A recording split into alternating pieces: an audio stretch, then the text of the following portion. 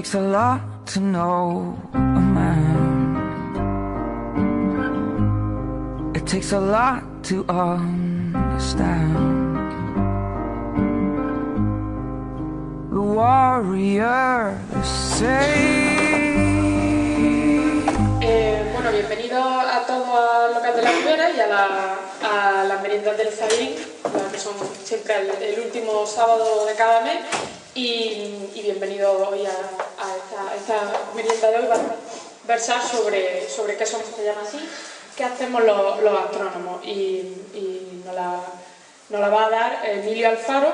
Emilio Alfaro trabaja en el Instituto de Astrofísica de Andalucía, que forma parte del CSIC, es decir, el Consejo Superior de Investigaciones Científicas, que es una institución de investigación.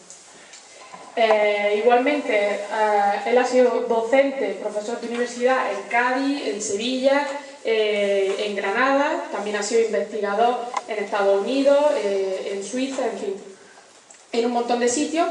Pero además de la investigación y de la docencia se ha interesado siempre en la divulgación científica, ¿no? Es decir, dar a conocer el trabajo de la ciencia. Aparte de eso, no sé si tú quieres comentar algo más. ¿Ha participado? Podría estar 3 días hablando, pero no. Prefiero que hablemos hoy de lo que hemos citado a la gente. Sí, bueno, también por último que ha participado desde los años 80 en la construcción del campo de la astronomía en Andalucía, en muchísimas instituciones, un campo que en Andalucía y en España es especialmente potente, ¿no? Así que nada, os dejo con Emilio, pero antes de eso comentaros también que al final de la charla no os vayáis así muy rápido porque queremos pasar una hoja para que os apuntéis por si queréis recibir información de las meriendas, para que os podéis incluir en un grupo de WhatsApp o por correo y así sabéis de qué vamos a ir organizando las meriendas cada mes, ¿vale? La del mes siguiente no me has dicho muy bien si tienes la octavilla por aquí, ¿vale? Sí, para que ya lo sepáis, la del mes siguiente va sobre gentrificación, turismo. Básicamente se presentará el libro La Casa del Aire para sus vecinos, ¿vale? O sea que eso será ya en febrero. Y nada, os dejo con... ¿Tú tienes tu propio...? Creo que sí.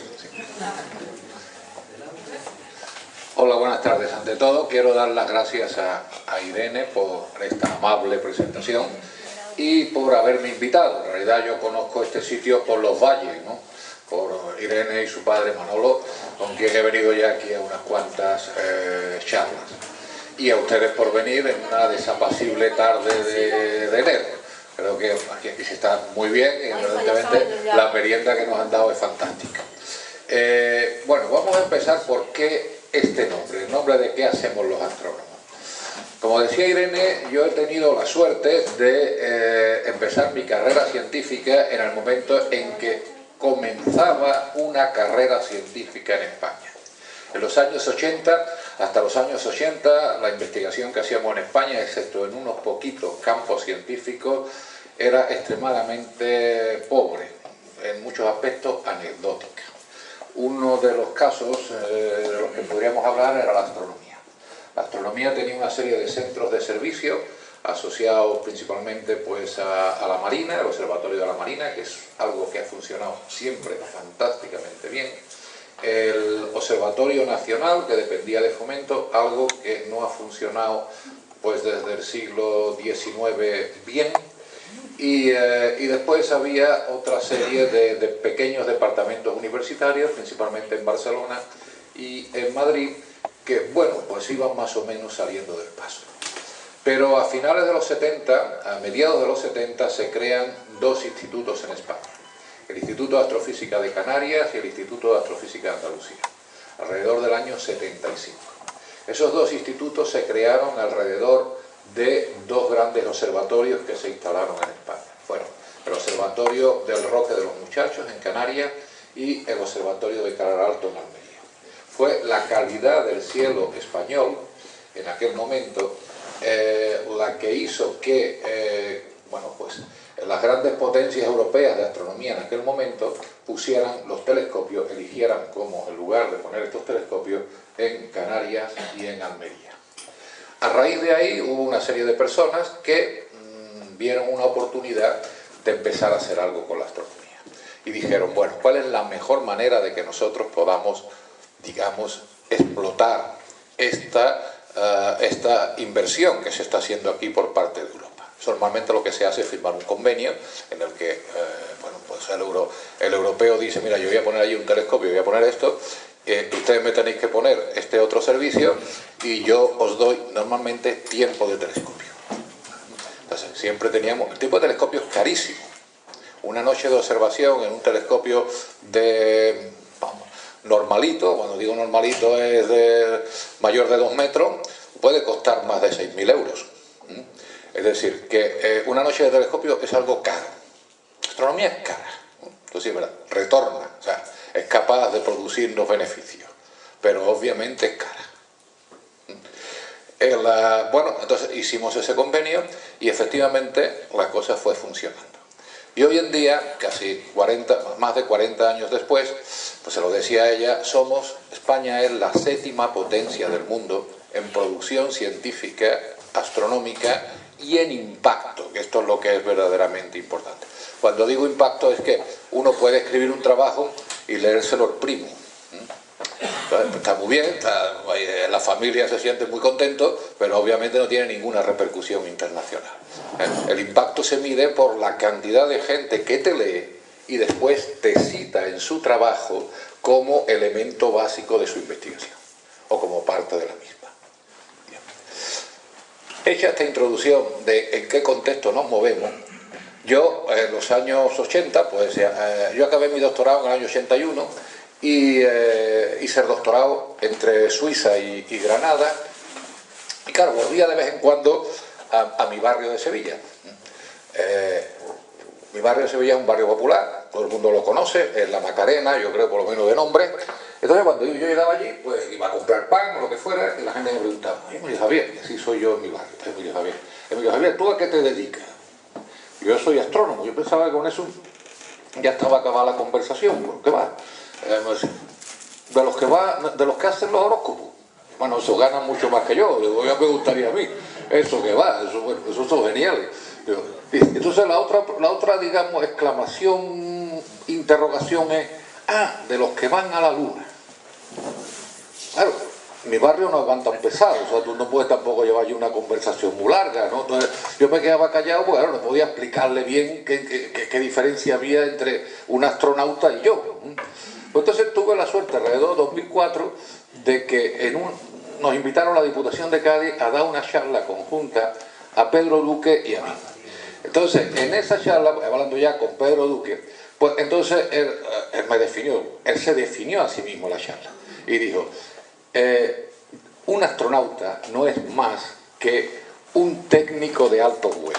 ¿Qué diferencia hay entre un técnico y un científico? O sea, un astronauta es capaz de montarse en una cosa que tiene 1 millón de litros de una gasolina más potente del mundo, o de un combustible más potente del mundo, salir para arriba sin asustarse demasiado, y ser capaz de realizar en el espacio experimentos que otros han diseñado.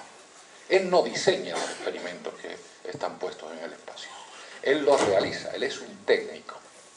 Hay una serie de científicos que son los que han diseñado el experimento que se va a realizar arriba. Pero él tiene la suficiente preparación, nervios bien templados y narices como para subirse allí, tirarte para arriba con la aceleración que eso produce y hacer allí esos experimentos que tú dices. Pero claro, a mí ya siempre se me quedó, digo, yo tengo que buscarme una respuesta más cortita a que es un astrónomo.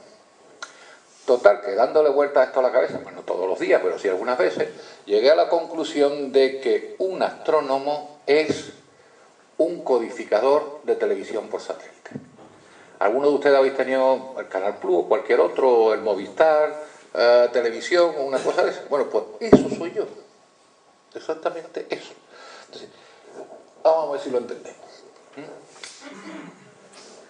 ¿Qué hace cuando compra? Sobre todo esto yo lo escribí más bien cuando teníamos el Canal Plus. Con el Canal Plus venía un tío, ponía una antena, después os ponía un aparatito allí con una tarjetita que había que meter, ¿de acuerdo? Y después teníamos nuestro televisor, que obviamente era lo primero que teníamos en la casa, el televisor allí puesto, ¿no?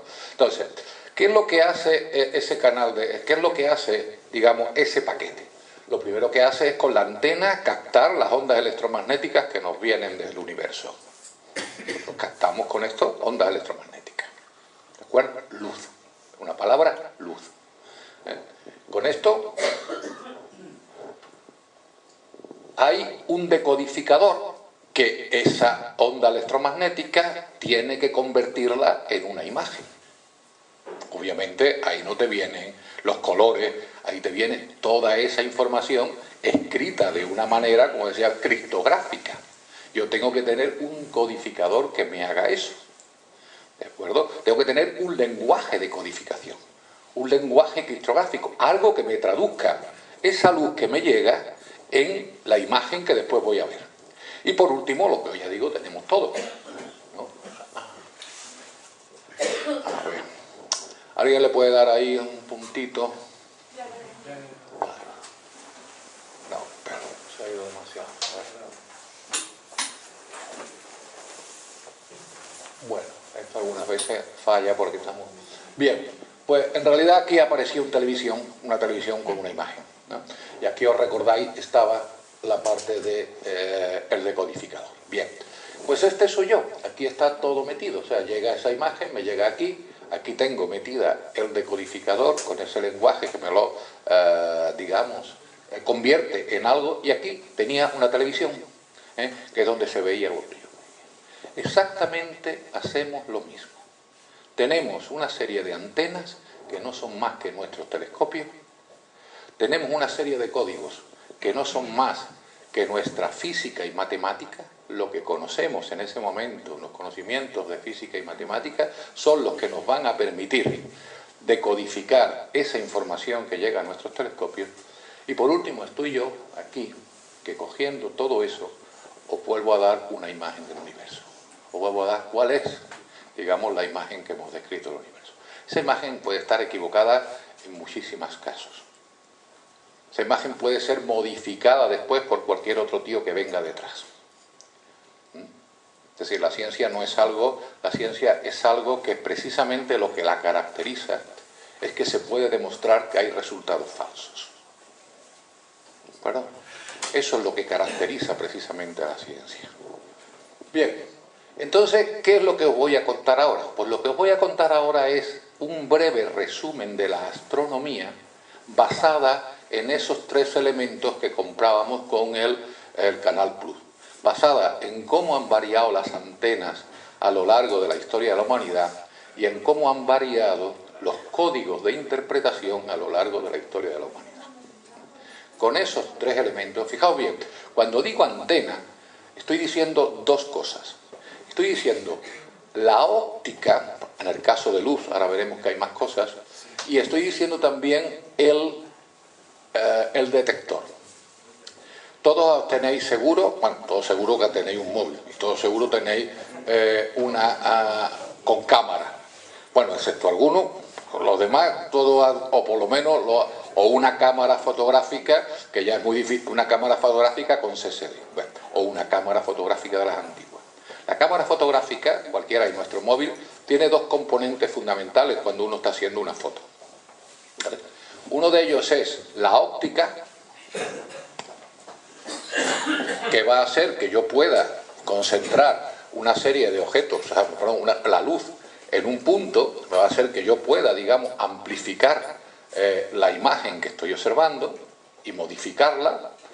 Y otra cosa es el detector, que es la CCD que está detrás y la que es capaz de convertir esa luz que le llega, en este caso, en una imagen, digamos, en una serie de señales electrónicas que es la que la manda a la pantalla. Pues entonces, en función de cómo ha sido la óptica, el detector y la física que yo he podido aplicar en cada momento, podemos dividir la historia de la astronomía en varios grandes ciclos históricos. Yo no os voy a hacer esto demasiado largo, porque ya digo que mi barrio no aguanta mucho los pesados, pero lo que vamos a hacer es estudiar los códigos, en función de estos códigos, la antena, que como decía, bueno, el ojo perfecto es cuál es el instrumento, digamos, soñado por todos nosotros, y un pequeño problemilla que tenemos. Como yo siempre digo, la atmósfera es fantástica, es buenísima para los astrónomos, malísima para la astronomía.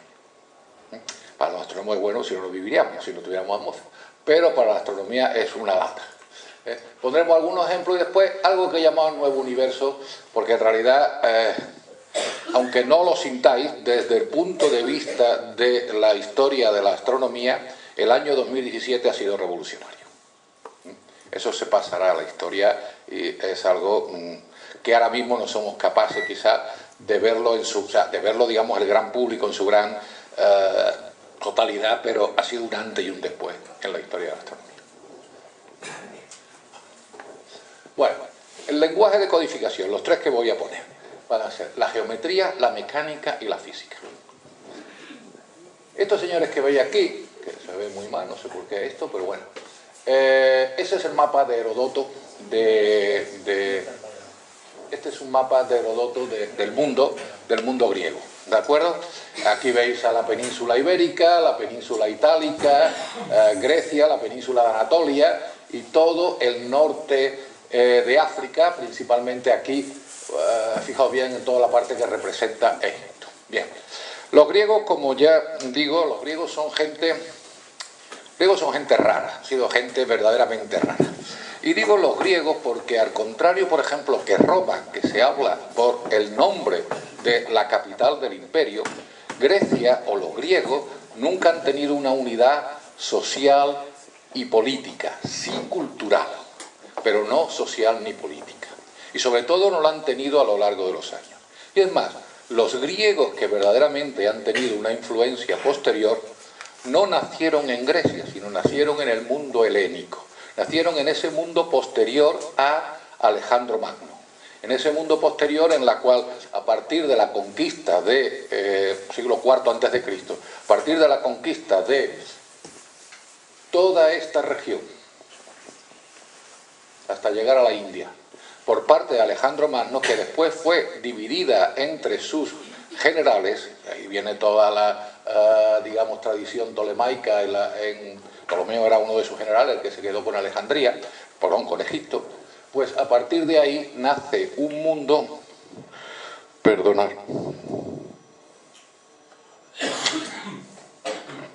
esto me da la lata, no lo he...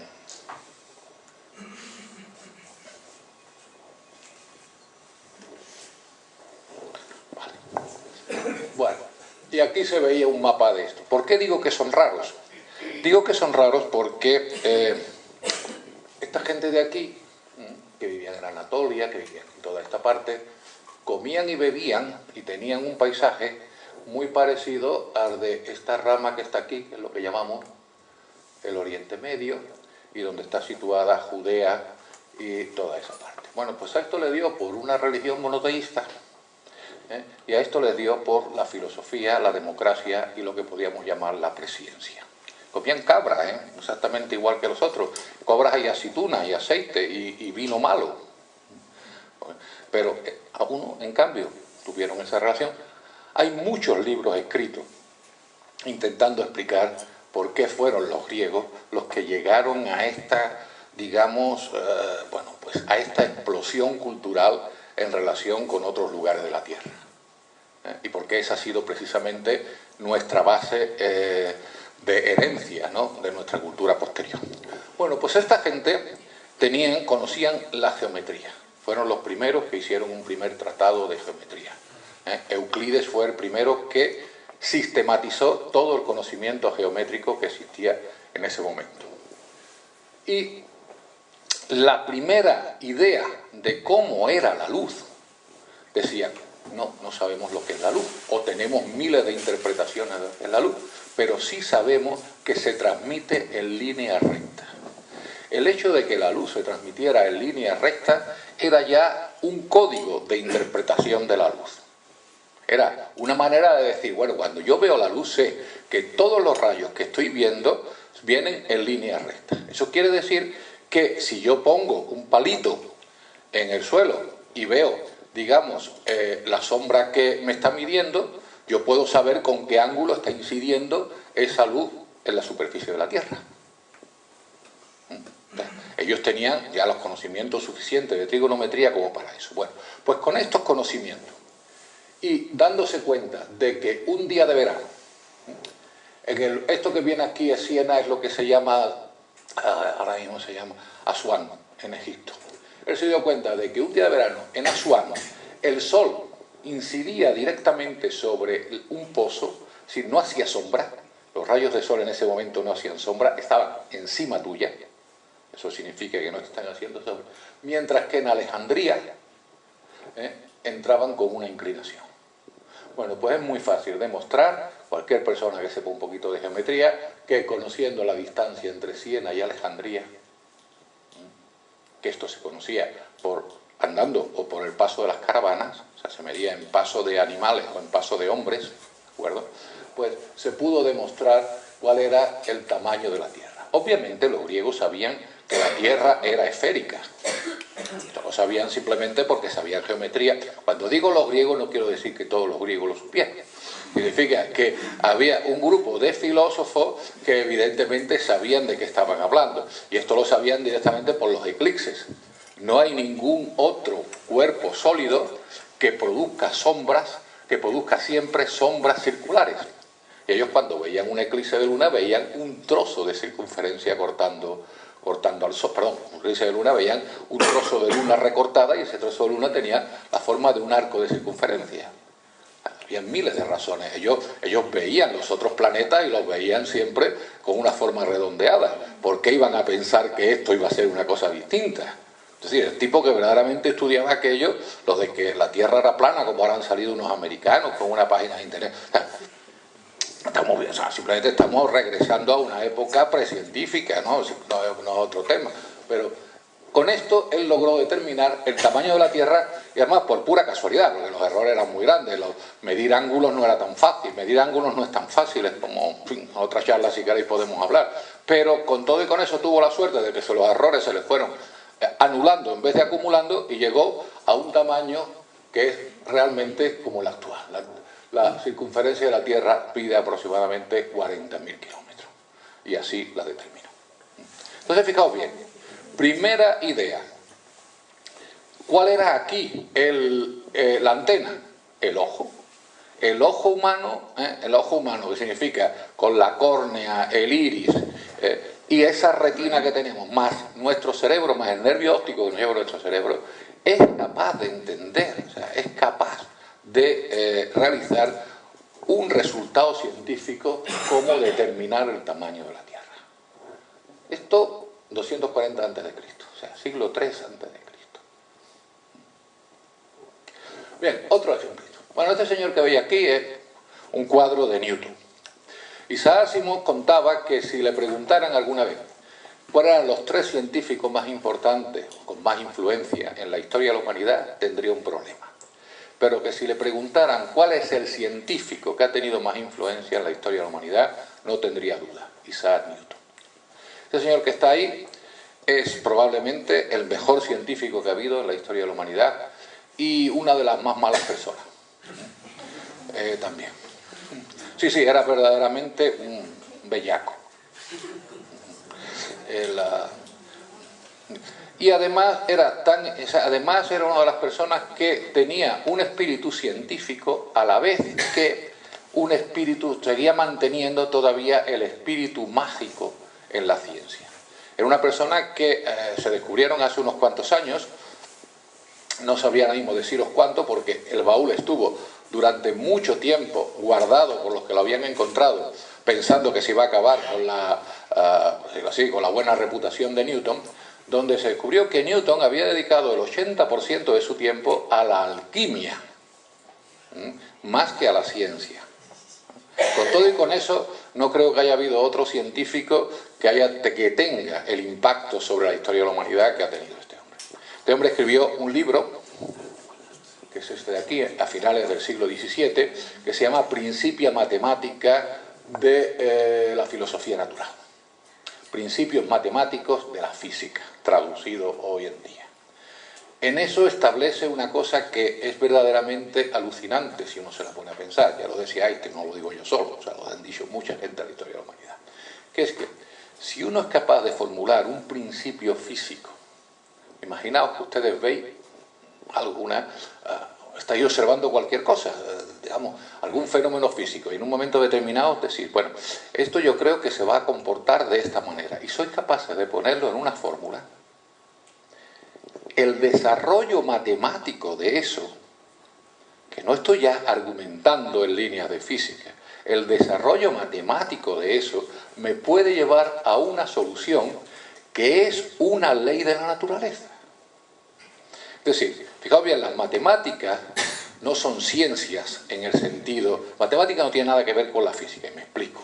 La física necesita que yo haga siempre comprobaciones de lo que yo predigo con la realidad. Si yo predigo una cosa preciosa, matemáticamente perfecta, pero después hago el experimento y está mal, digo, está precioso, pero para tirarlo a la basura o para enseñárselo a los amigos. Pero eso está mal. ¿Sí? Eso no representa una explicación de la realidad física. Las matemáticas no. Las matemáticas es pura y absolutamente un invento del hombre. Matemática es algo que está totalmente asociado a cómo funciona nuestro cerebro. Yo estoy convencido de que si alguna vez existieran los extraterrestres inteligentes y fuéramos capaces de ponernos en contacto con ellos, la mayor diferencia existiría si ellos tuvieran una estructura cerebral diferente, tendríamos unas matemáticas diferentes. Bertrand Russell siempre dice, en matemáticas todo vale con tal de que no vaya en contra de lo que está hecho. Pero incluso así hemos llegado a hacer cosas. Me imagino que algunos de ustedes, los que habían estudiado matemáticas, incluso es un número muy conocido, o sea, el número imaginario i. Todo el mundo sabe que no existe la raíz cuadrada de un número negativo. O sea, no existe ningún número negativo, o sea, no existe ningún número que multiplicado por sí mismo de un número negativo. Bueno, hasta que a uno se le ocurre, ¿y por qué no? Sí, vamos a ver, ¿por qué no sé? ¿Por qué no? Yo me lo invento.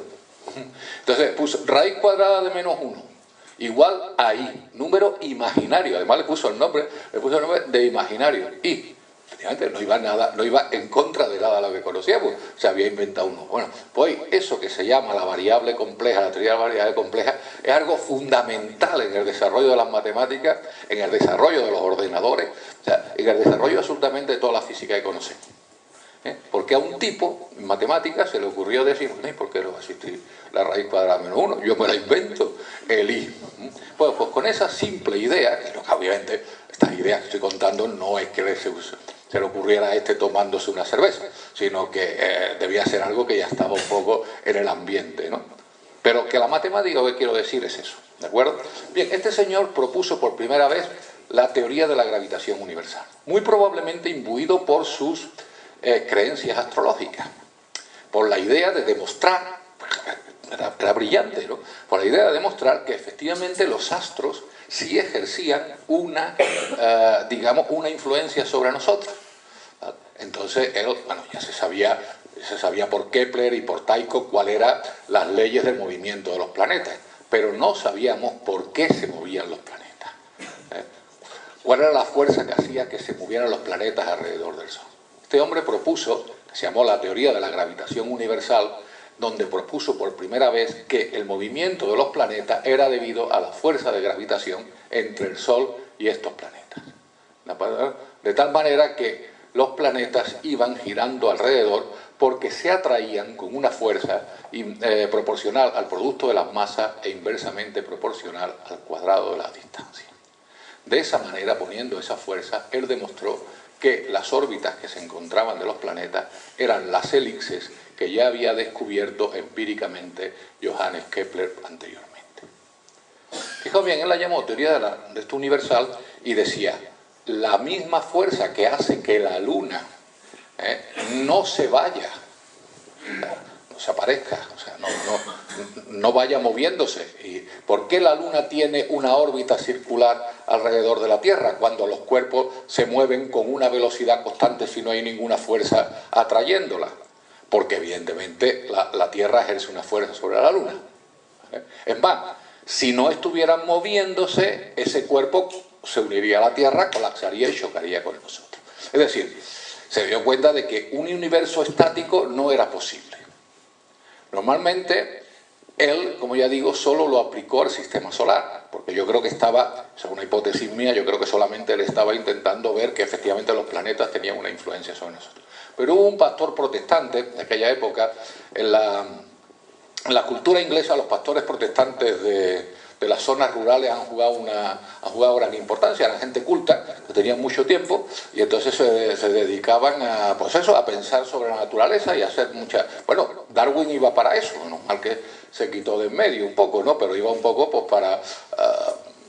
padre de pueblo, o sea, padre protestante de pueblo, y bueno, pues sí, interesado en la botánica, hacían cosas, hacían trabajillos de empírico interesantes, pero nada más, ¿no?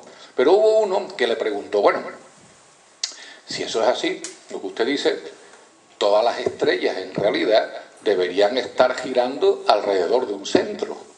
Si no, en el momento que una rompa el equilibrio, habría un colapso gravitatorio, ¿no? En el momento que se rompa el equilibrio, la que más atraiga a la otra ya se atraería, esa masa se haría más grande, seguiría lo que hoy en día produciría un agujero negro, ¿no? O sea, cada vez sería una atracción más grande, y se me iría cayendo aquello. Y Newton no estaba por la labor de responderle de una manera correcta. Dice, no, eso no es así. Dice, bueno, eso es que el relojero divino viene y si una estrella, digamos, se separa mucho del equilibrio, viene y lo pone. Esa es la interpretación que le dio Newton a un padre protestante, pensando que el padre protestante se iba a callar. El padre protestante no se calló, y lo que siguió, digamos, era más científico que Newton en ese aspecto. Newton se lo quería quitar de medio, lo consideraba un don nadie, ¿no? Pero ese problema de la estabilidad, eso es el que llevó después a Kant a considerar que efectivamente las nebulosas espirales que veíamos en el cielo eran universos islas, eran como los nuestros, eran cosas que estaban en movimiento porque tú no podías tener nada completamente en un reposo absoluto en el universo, porque si no cualquier pequeña perturbación la uniría.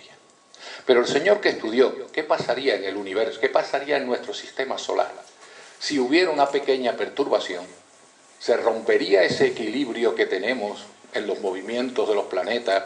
Si yo perturbo un poquito el movimiento de uno, lo pongo más cerca a uno o lo pongo más lejos, llegaríamos a una hecatombe en el que todos nos precipitáramos sobre el Sol. Eso lo hizo este otro señor, que es Laplace. Está ahí muy bien retratado, y aquí está, si le doy, vaya, no. Bueno, aquí había otro libro. Aquí había otro libro que no sé si, a ver si le da. No, yo creo que ha sido que el paso de una cosa a otra que... No, ese no, pásalo por donde estaba. En ese libro, que se fue escrito precisamente a finales del 18, un siglo después, principios del 19, en ese libro lo que hace Laplace es desarrollar, desde el siglo XVII hasta principios del 19, finales del 18, hubo un desarrollo de la mecánica celeste, que así se llamó, que desde las ecuaciones de Newton se formalizaron mecanismos matemáticos y algoritmos matemáticos capaces de darnos mejores soluciones. ¿De acuerdo? Eso es lo que se hizo. Entonces, este señor lo que hizo fue establecer que nuestro sistema solar era estable.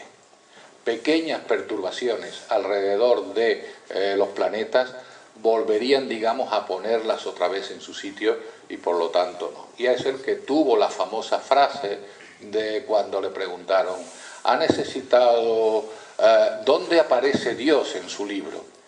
Y él respondió sin ninguna fanfarronada, respondió verdaderamente como un científico, dijo, no he necesitado esa hipótesis para llegar a esta conclusión. No he necesitado la hipótesis de Dios para llegar a esta conclusión. Y no respondió, como ya digo, pues este señor era profundamente católico. Es decir, él respondió como un científico. No he necesitado esa hipótesis para llegar a esta conclusión.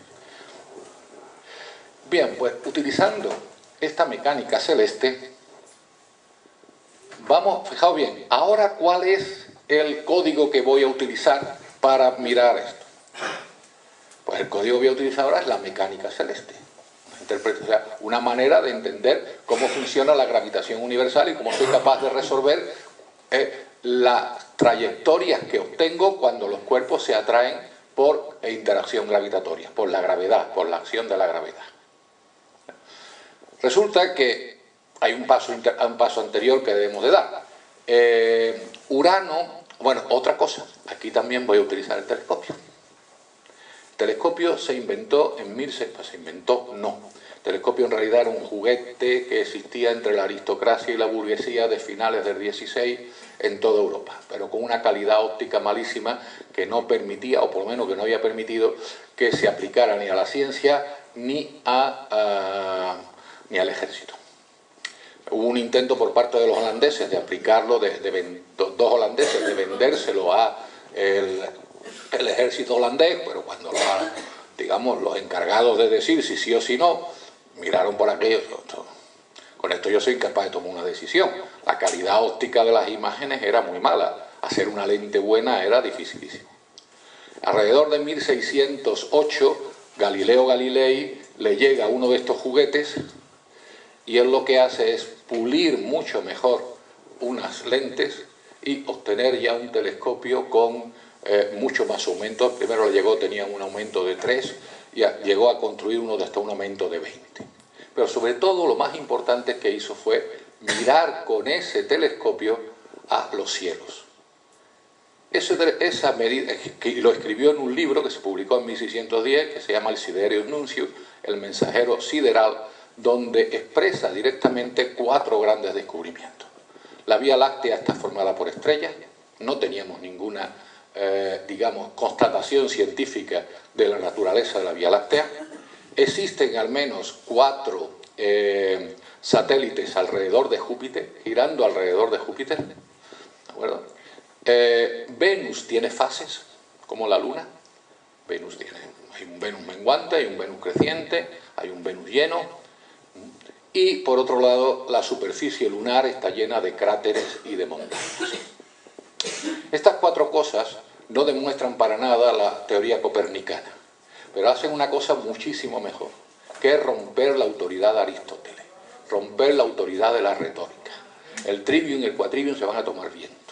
De hecho, es el momento en que empiezan las academias, que era un intento de renovar las universidades en Europa. Eso, es decir, es que los griegos pueden estar equivocados, y sobre todo la idea de que si algo gira alrededor de Júpiter, ¿por qué no va a girar algo alrededor del Sol? Cuando lo que observamos en la naturaleza es que la mayoría de los cuerpos giran alrededor del más pesado. Entonces, no fue ninguna demostración de que la Tierra da vueltas alrededor del Sol. Fue romperle el argumento al enemigo. O sea, no crearte un argumento nuevo, sino no, tus argumentos no tienen solidez. Eso fue lo que verdaderamente hizo Galileo. Y es la primera vez que somos ya capaces de cambiar el camino óptico de la luz que nos proviene de otro objeto. De poder ver más allá de lo que ven nuestros ojos. De ir más lejos de lo que podemos. Se nos abrió un universo nuevo con ese telescopio. El telescopio se fue desarrollando completamente. Y uno de los máximos desarrolladores del telescopio fue a finales del siglo XIX William Herschel. William Herschel construyó muchísimos telescopios, pero fue uno con el que se hizo ya rico porque además logró descubrir a simple vista, observando el cielo, a Urano. William Herschel, el descubridor de Urano. Bien. Entonces, ya aproximadamente a mediados del siglo XIX, teníamos una mecánica celeste, es decir, teníamos un código de interpretación fantástico y teníamos ya un telescopio, teníamos una nueva antena que nos permitía ver más lejos. Urano no se ve a simple vista. Urano tú necesitas un telescopio para verlo, y has tenido que mejorar tu antena. Y como ahora veremos Neptuno, ¿qué pasó? Bueno, pues cuando tú estudiabas los movimientos de Urano, que los determinabas a partir de la mecánica celeste, te dabas cuenta que Urano tenía perturbaciones. No estaba en el sitio que tenía que estar a la hora. Eso nos pasa mucho a los seres humanos, pero a los planetas no les suele suceder. Entonces, si eso le pasa a un planeta, es que tiene alguien dándole la lata. Tiene alguien dándole la lata o otra de los grandes movimientos mentales de la humanidad. Si algo no me cuadra, normalmente yo digo, o mi ley está mal y tengo que mejorarla, o hay algo nuevo que me lo está alterando. Esas, digamos, son las grandes líneas de pensamiento con las que nosotros utilizamos. O la ley que estoy utilizando, en este caso, la ley de gravitación universal, no es completamente correcta. Eso demostramos con la relatividad general. O digamos, necesito algo más. Aquí necesitaba algo más. Se vieron qué tipo de perturbación se calculó por estos dos señores que están aquí, Urbain Le Verrier y John Galland. Fijaos bien en la carita de los dos porque es importante, ¿eh? Sobre todo la de este señor, la de John Galland, ¿no? Estos señores determinaron que tenía que existir otro planeta que estaba perturbando la órbita de Urano y que además dónde debía estar, lo que se llama su efeméride, dónde debía estar y más o menos qué masa debía tener. Este señor obviamente es francés y está todo engalanado, y este señor que parece Mr. Scrooge en el cuento de Navidad, y es porque este ganó la batalla desde el punto de vista observacional.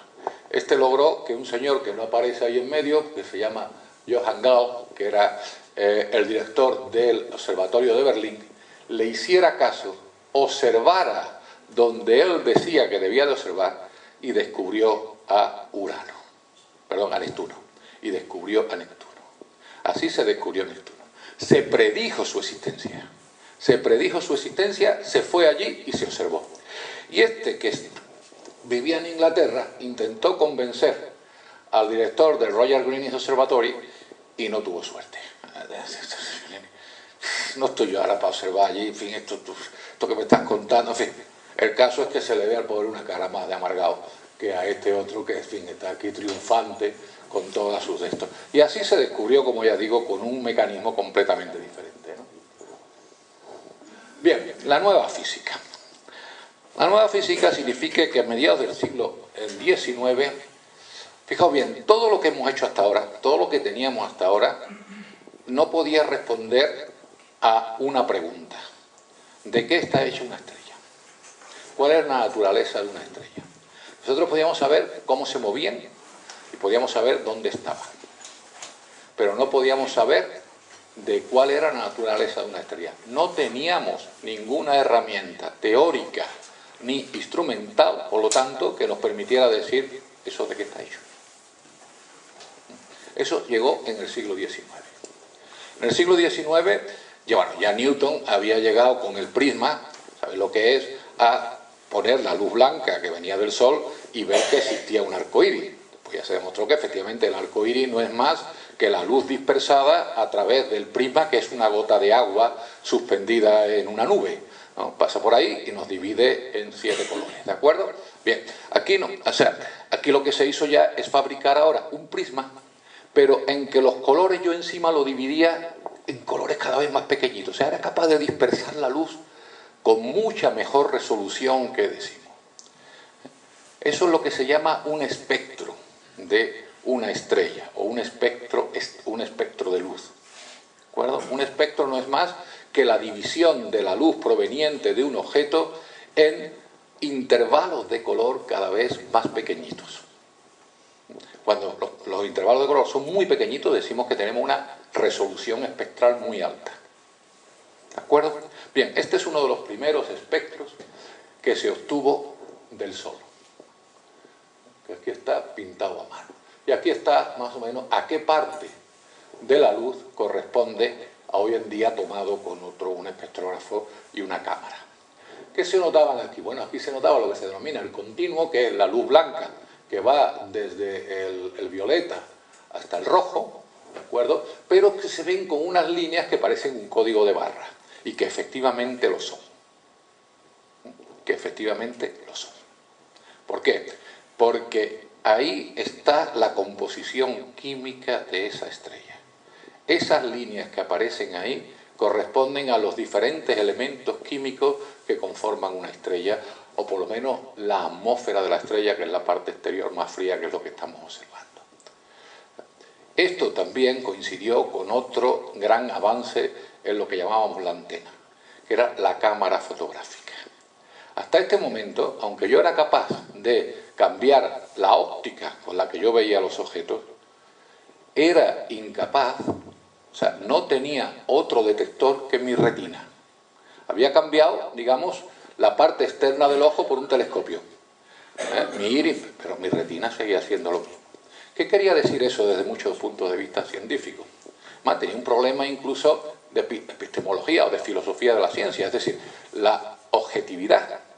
¿Por qué? Porque cualquier cosa que yo veía tenía que pasar previamente por mi cerebro. De tal manera que yo o contaba literariamente lo que había visto o lo dibujaba. Pero ya era una interpretación claramente de mi cerebro. La fotografía hizo dos cosas importantes. Objetivizó lo que estábamos observando. Tomamos una foto y ahora nos podemos reunir todos aquí juntos y decir, tú qué ves aquí, tú qué ves aquí, tú qué ves aquí. Pero teníamos un concepto objetivo, un objeto que era común para todos. Ya no era una interpretación solamente de mi cerebro, la interpretación venía ahora, pero ya tenía eso. Y por otro lado, fue el primer disco duro que teníamos, la primera manera de almacenar información.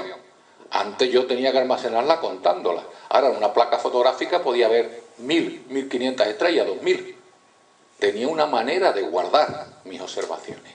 Tenía una manera de establecer, por decirlo así, eso, un almacenamiento bien definido. Y esa revolución vino a mediados del 19. Estos dos señores fueron los que expresaron por primera vez la física de cómo se genera un espectro estelar con las líneas de absorción. No me voy a meter demasiado en esto, pero si uno pone una luz blanca y aquí pone un gas más frío, un gas que está más frío, y deja pasar esa luz, aquí aparece lo que me va a dar aquí abajo es típicamente la temperatura con la que se está emitiendo esto, y estas líneas son una caracterización única de qué compuestos químicos son los que forman este gas. Y esto es, digamos, alguna caracterización propia. Bueno, con esa nueva física, que después ya fue desarrollada a principios del siglo XX, fue Max Planck y Einstein con su teoría cuántica y su teoría de la relatividad, es lo que hoy en día llevamos haciendo astrofísica. La astronomía es una ciencia muy antigua. La astronomía, si podemos decir, o una preastronomía, está ya expresada en las primeras tablillas cuneiformes que se encontraron 3 milenios antes pero esta es la astrofísica. La astrofísica es algo moderno, la astrofísica es una idea del siglo XX, es una ciencia del siglo XX, o si me apuráis, de finales del XIX, mientras que la astronomía, ya digo, tiene 5 milenios. Bien, pues con esto, simplemente decir, no me va a dar lo de largo. Bueno, con todo esto, hoy en día lo que sí tenemos que hacer es intentar ver todo lo que es luz. La luz no es solamente lo que nuestros ojos ven. Lo que nuestros ojos ven es lo que se denomina el rango visible de la luz. La luz va desde los rayos X hasta las ondas de radio.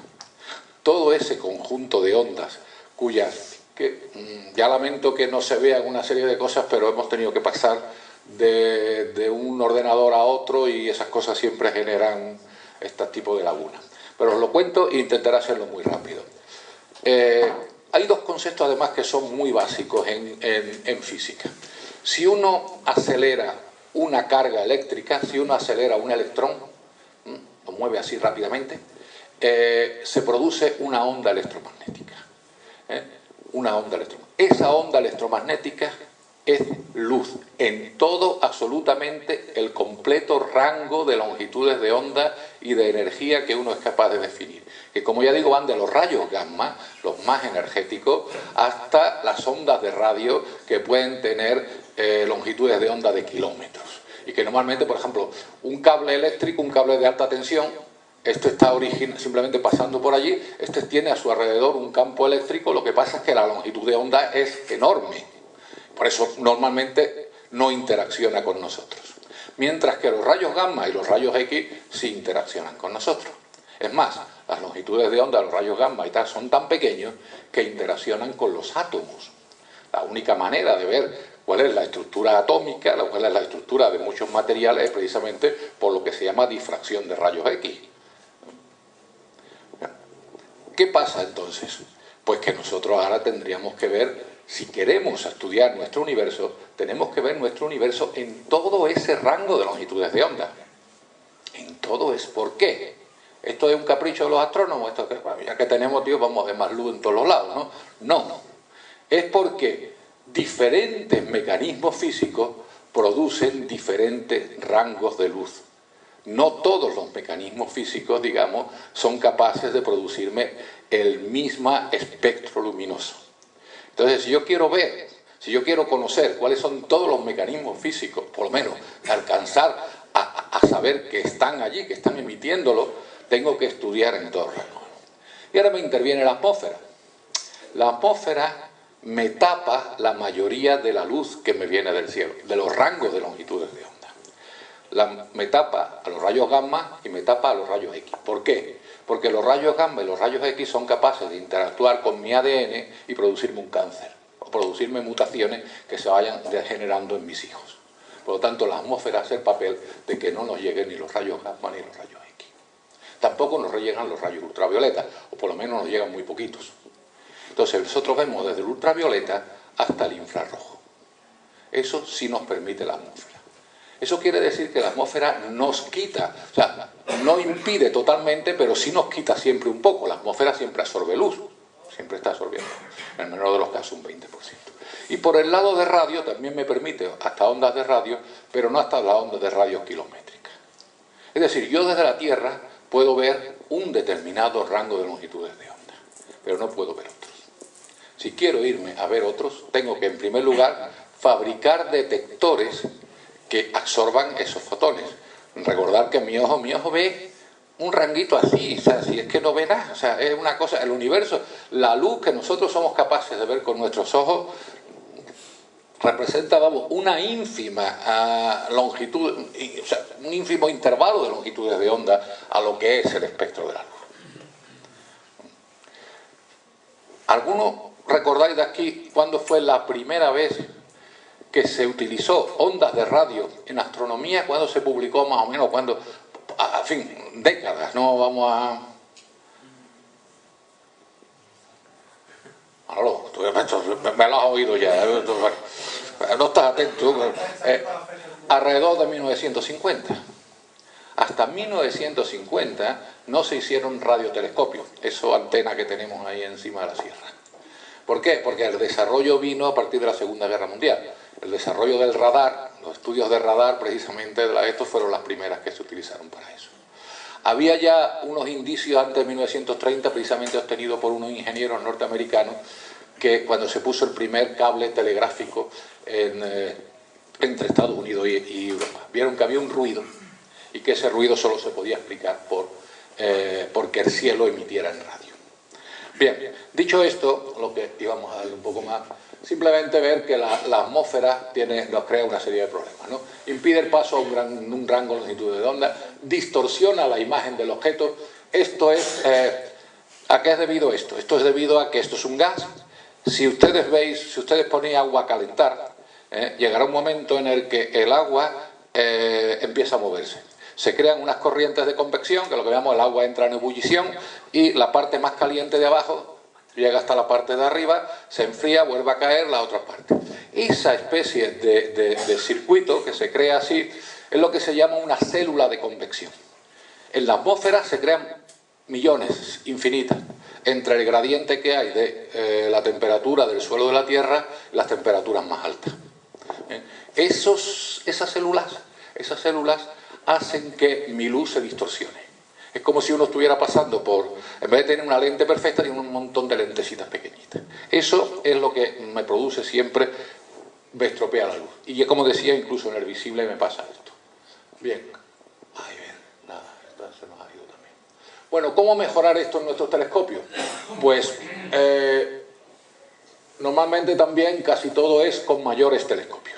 Telescopios más grandes me permiten tener mayor sensibilidad, veo objetos más lejanos y más débiles, tienen también mejor calidad de imagen, un puntito en vez de verlo un circulito muy gordo, lo veo cada vez un circulito más pequeño, parecido a un puntito. Una estrella es un puntito, digamos, si yo no tuviera atmósfera sería un punto, pero como tengo atmósfera es un círculo, y a veces un círculo cuya perímetro se me va moviendo, ¿no? cuya circunferencia se me va moviendo. Y por último, el rango espectral. Bueno, pues para aumentar el rango espectral, para poder llegar a los rayos X, para poder llegar a los rayos gamma y para poder a los rayos ultravioleta, la única posibilidad que tengo es poner mis telescopios fuera de la atmósfera, hacer astronomía espacial. Eso es lo que, aparte de eso, me quito la atmósfera en todo su sentido. ¿Qué pasa? Que esa solución es cara. Pero si queremos conocer cómo es el universo en rayos gamma, si queremos conocer cómo es el universo en rayos X, cómo es el universo ultravioleta, si no pones un telescopio en el cielo, no. Uno de los premios Nobel últimos en astronomía, cuando digo último, digo de los últimos 20 años, fue precisamente un italiano que fue el que fabricó el primer telescopio en rayos X. Si pensáis, fabricar un telescopio en rayos X no es nada fácil, porque los rayos X casi atraviesan todo. O sea, como uno va y digamos, crea una lente para los rayos X, ¿no? De tal manera que... Bien, entonces, por dar una vuelta rápida, estos son la historia de, uno podría decir, bueno, pues el telescopio que hemos tenido, el ojo astronómico, el primero que se planteó alguna pregunta astronómica, el telescopio óptico desde el siglo XVII, los telescopios espaciales desde los años 70 del siglo XX hasta el año 70 del siglo XX no pusimos un telescopio en el espacio, pudimos empezar a observar en el ultravioleta. Los interferómetros, no me voy a meter en esto, y otros tipos de telescopios que se llaman los segmentados. Esto sí lo voy a decir simplemente. Cuando uno quiere aumentar mucho el tamaño de un telescopio, ya no puede fabricar un espejo de 10 metros. Un espejo de 10 metros de una sola pieza no es fabricable. Y además no solamente que no es fabricable, sino que no es manejable. Si hubiéramos tenido que poner el telescopio canario, que tiene 10 metros de diámetro, hubiéramos tenido que talar medio bosque de lo que va subiendo al Roque de los Muchachos, porque como vas tú con un camión que lleve un espejo cuyo diámetro sea de 10 metros. O sea, nada más que la caja ya que tienes que ponerle y todo eso te puede subir hasta 15 metros. Tienes que tener una carretera de 15 metros y bueno, por supuesto recta también, o rectificarla en algunos momentos. O sea, que es una cosa extremadamente complicada de hacer y no se hace, y pesada. Entonces, ¿cómo se fabrica? Ahora después veremos cómo se fabrican los telescopios. Y después decía, los detectores, pues el ojo, desde el principio, pero hasta los años 40 del 19, no tuvimos la placa fotográfica, no tuvimos otro. Los detectores de radio, como os decía, de los años 50, y el resto del espectro a partir de los 70. Es decir, toda la astronomía moderna que conocíamos, basada en el estudio de la luz, es a partir de los 70.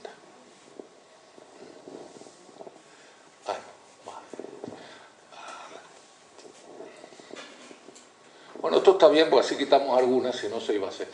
Esto es uno de los telescopios, os estoy dando ahora un poco de unos telescopios. Este fue uno de los telescopios, fijaos bien lo que os decía anteriormente.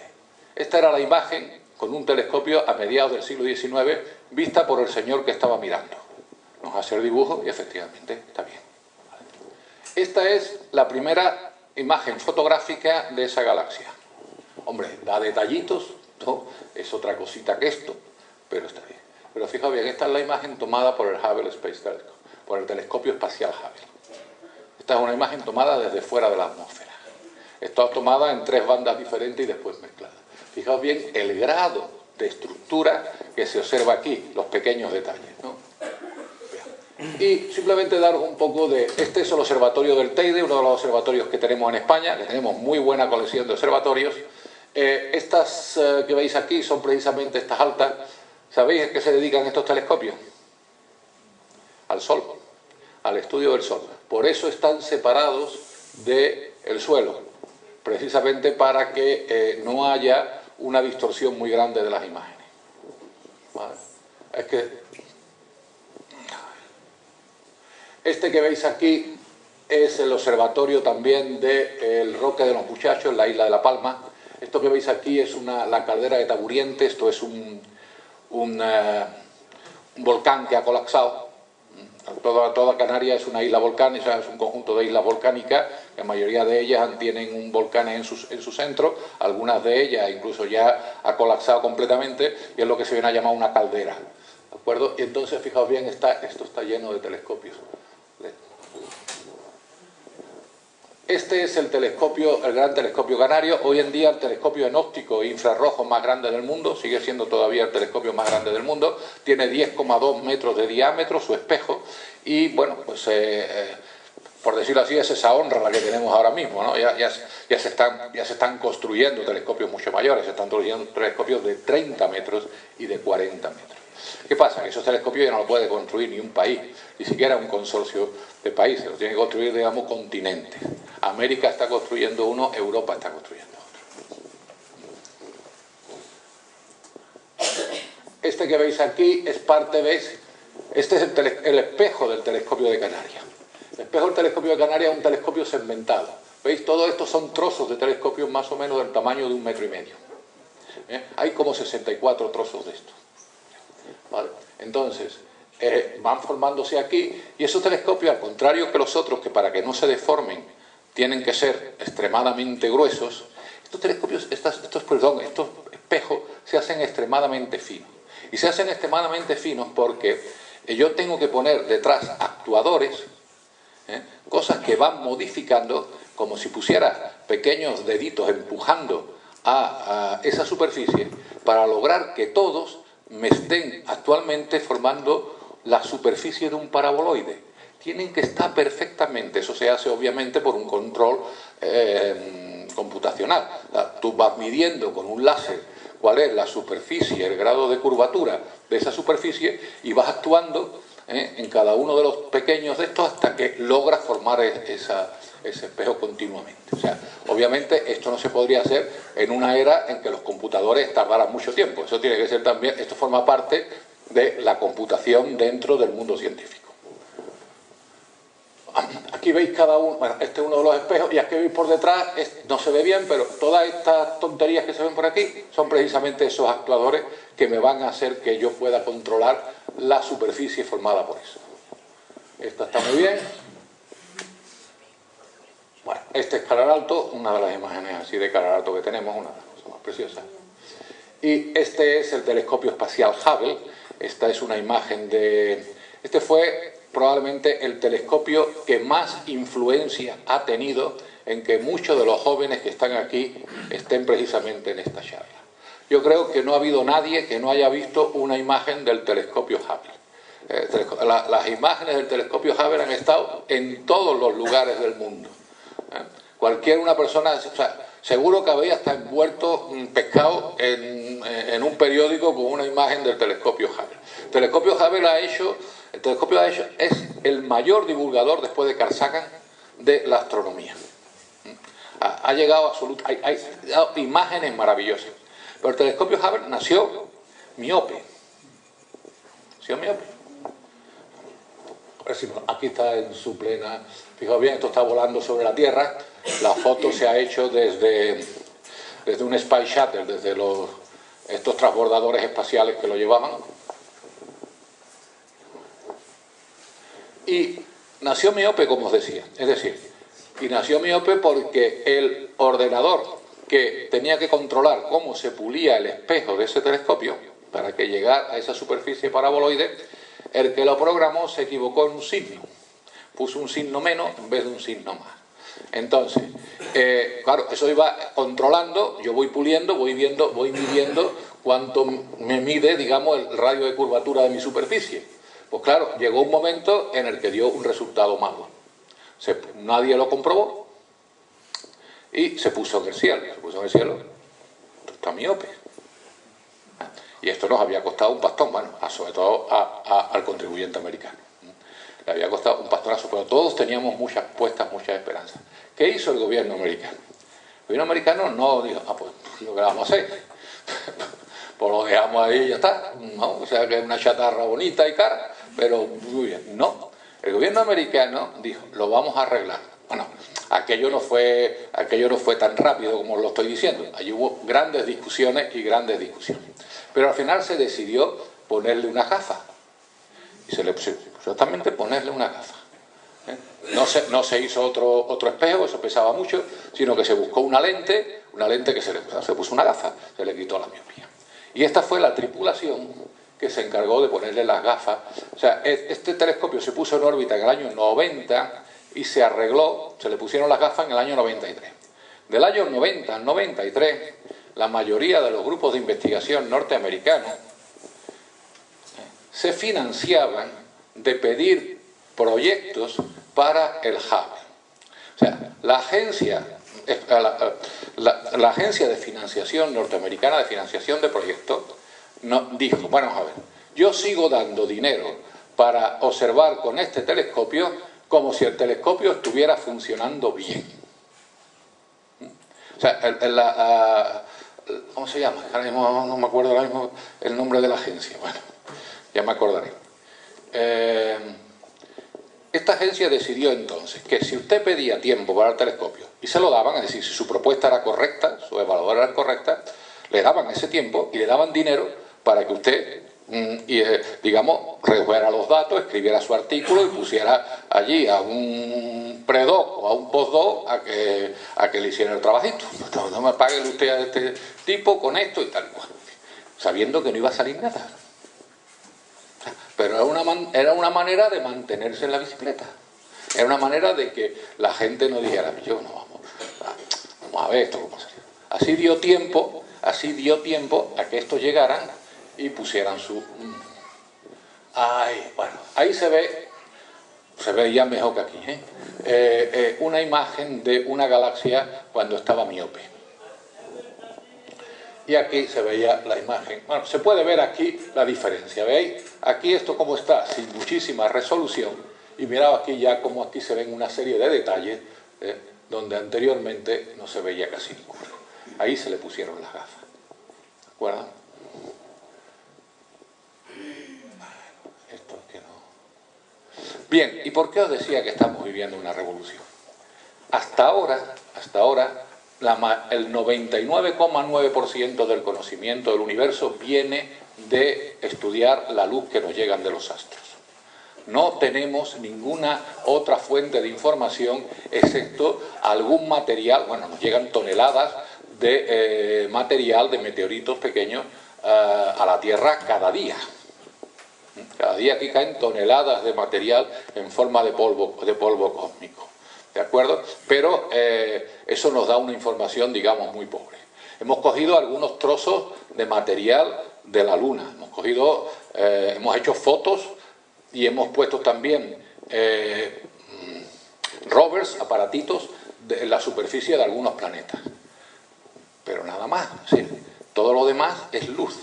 Es el análisis de la luz el que nos ha venido. Entonces, esta era la fuente de información de la astronomía. No obstante, a principios del siglo XX, con la teoría de relatividad general, os decía antes, bueno, en física siempre uno puede pensar que la ley que está utilizando está equivocada o no necesariamente equivocada, pero es válida para este rango de condiciones iniciales. Si yo me saco de aquí y me salgo de aquí, esa ley puede ser que no me valga. Eso pasaba, había un problema con los movimientos de los planetas, que era Mercurio. Mercurio es el planeta más pequeño que tenemos alrededor del Sol, y también Mercurio veíamos que no se comportaba como debería comportarse. Se llamaba la variación del perihelio de Mercurio, es decir, la distancia más cercana que tenía que tener Mercurio al Sol variaba de lo que teníamos predicho. Se hicieron miles de pruebas, se pensó, e incluso todavía existen de estas conspiraciones de internet, de que debe haber un planeta que estaba por ahí cerca y que no sé cuánto y no sé qué. No, en este caso no era un planeta. En este caso es que cuando uno está cerca de masas muy grandes, la ley de Newton no vale. La ley de Newton vale para fabricar coches, la ley de Newton vale para que expliquemos casi todos los movimientos que observamos en la galaxia, incluso. Pero si uno se fija y está ya muy cerca de lo que es un agujero negro, o si uno está cerca, por ejemplo, incluso de una estrella, muy cerca de una estrella, la ley de gravitación que tenemos no vale. Einstein lo que hizo fue cambiar completamente el concepto de fuerza gravitatoria y consideró que lo que sucedía, la gravitación, no era más que el producto de la curvatura del espacio-tiempo, dejadme que acabe, no me miréis tan mal, de la curvatura del espacio-tiempo debido a cómo las masas se distribuyen en el espacio. Es decir, una masa lo que me hace es modificarme el espacio-tiempo donde vivimos. El espacio y el tiempo para Newton eran una especie de escenario teatral donde sucedían las cosas, inamovibles e independientes de lo que le pasara a los actores de ese escenario. Para Einstein, no. La masa de esos actores me está modificando continuamente la estructura de mi escenario. Si yo me muevo para acá, mi escenario se me va moviendo conforme a mí. ¿De acuerdo? De tal manera que incluso esa modificación del escenario está indicando cómo se tienen que mover los actores. Es todo un proceso de ese nivel. Eso es ahora un día la gravitación. Bueno, bien, pues en 1916 Einstein predijo que debía haber ondas gravitatorias. La onda gravitatoria es lo mismo que os decía antes, que un electrón daba así, ¿no? Y emitía una onda de luz. Si yo cojo ahora una masa suficientemente grande y hago así, me envía ondas gravitatorias. ¿Qué son ondas gravitatorias?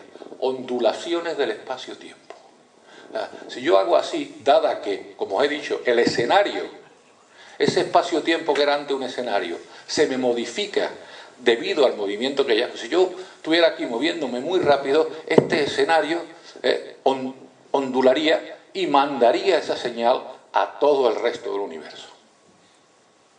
En 2016, un siglo después, se detectó la primera señal de que efectivamente dos choques de agujeros negros habían producido una onda gravitatoria observable por un telescopio de ondas gravitatorias que no es más que un interferómetro, que es esto que veis aquí. Fijaos bien, no os voy a explicar demasiado esto, pero lo único que quiero decir es que existe uno en Estados Unidos que tiene además dos grandes telescopios, o sea, dos grandes interferómetros, uno en el estado de Washington, en Seattle, y otro en Florida. Y que en Europa tenemos uno cerca de Pisa, precisamente, se llama Virgo. Este se llama LIGO o LIGO, como dicen ellos en americano, y el nuestro se llama Virgo, ¿no? Bien, lo que es más interesante de todo, lo que verdaderamente este año lo ha hecho espectacular, es que por primera vez se ha observado un objeto que ha emitido en ondas gravitatorias y ha emitido en ondas de luz. Entonces, es la primera vez en la historia de la humanidad que tenemos información de un objeto celeste o de un fenómeno celeste en el cual se han emitido y se han observado los dos tipos de información que hoy en día podemos tener. Y eso ha sucedido en agosto de 2017 y se publicó, los artículos, salieron unos 30 artículos a la vez, donde el Instituto de Astrofísica de Andalucía ha jugado un papel bastante importante en ese evento. Se han publicado ya sobre eso más de 140 artículos, ¿no? En lo que va desde agosto hasta ahora. Bueno, en agosto se observaron, se pusieron de acuerdo, no recuerdo si fue en diciembre, cuando salían, por supuesto, en las grandes revistas como Nature, Science y en todo lo demás, pero había también muchísimos más. Entonces, eso es una nueva ventana al universo. Algo completamente novedoso. Algo que no sabemos lo que nos va a enseñar. Igual nos dice que estábamos equivocados en muchísimas cosas, ¿no? Es decir, pero es algo completamente nuevo. Y perdonad porque os haya tardado todo esto. Gracias.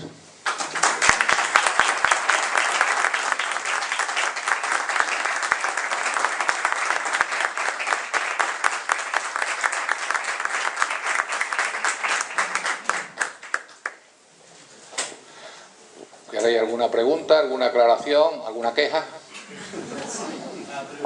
Sí. Yo no acabo de entender, el Sol tiene una masa enorme y como Mercurio, que es una mierdecica de planeta, no lo atrae la atracción gravitatoria del Sol. Es que va a una velocidad terrible. Va a una velocidad terrible, efectivamente. El año de Mercurio es un año muy corto. no recuerdo ahora mismo cuál es, ya lo siento, pero el año de Mercurio no sé si son días, ¿verdad? No sé si son días. Sí, ¿no? Tiene que ir a una velocidad enorme para mantener efectivamente la vista. O sea que los planetas que están más cerca del Sol tienen que ir a más velocidad, por ejemplo Plutón o Neptuno, eso. Claro, normalmente los periodos de los planetas que están más cercanos al Sol son más cortos que los periodos de los planetas más lejanos. Sí. Yo quiero preguntarte, ¿cuándo dejan, si es que dejan los astrónomos, llamarse astrónomos, para ser cosmólogos, y qué lo define, y a partir de qué? La cosmología, cuando yo empecé en este negociado, alrededor de eso, ya te digo, del año 76, recuerdo un artículo de, no de investigación y ciencia, de, ¿cómo se llamaba el otro? Mundo Científico, que era en realidad una traducción de La Recherche, un periódico, digamos, una revista científica, de alta divulgación científica francesa, que al contrario que Mundo Científico, ¿no? Que era, al contrario que la otra revista, que era una traducción de Scientific American, trataba más problemas de epistemología de la ciencia, de cómo funcionaba la ciencia y todo eso, ¿no? Los franceses siempre han estado muy interesados en esas cosas. Y yo leí un artículo que se llamaba Cosmología, mito o ciencia. Eso lo leí alrededor del año 77. Es decir, en realidad no hemos podido empezar a hacer cosmología observacional, en realidad no hemos podido hacer cosmología científica propiamente dicho, hasta casi los años 90. O sea, bueno, miento, en fin. Es verdad que ya hubo el corrimiento al rojo aproximadamente en el año 27, y que eso ya fue interpretado en función de que, me explico, uno tiene las ecuaciones de Einstein de la relatividad general. Bien, las ecuaciones de Einstein, si uno consideramos que la masa gravitatoria es la que domina el movimiento del universo como un todo, el primer problema que tenemos, la cosmología trata de un único objeto, el universo. Y como dice uno de nuestros eslogans en el instituto, no hay nada más grande que el universo. Es decir, no. Entonces, evidentemente, uno está estudiando un único objeto, donde uno está inmerso y quiere estudiar la historia de ese único objeto, tú viviendo en un espacio de tiempo así de corto. ¿De acuerdo? Entonces, la cosa se parece complicada. Evidentemente, estudiar un todo desde dentro y en un corto espacio de tiempo, fijaos simplemente nada más, desde que tenemos una ciencia hasta ahora, presentaba complicaciones. Bien, resulta que cada uno podía coger las ecuaciones de Einstein, desarrollarlas matemáticamente, ponerle unas condiciones de partida y encontraba su universo. Entonces, había miles de universos por ahí teóricamente. Yo cogía mis ecuaciones, si era un buen matemático, las desarrollaba y decía, pero le voy a poner de condiciones iniciales esta y esta.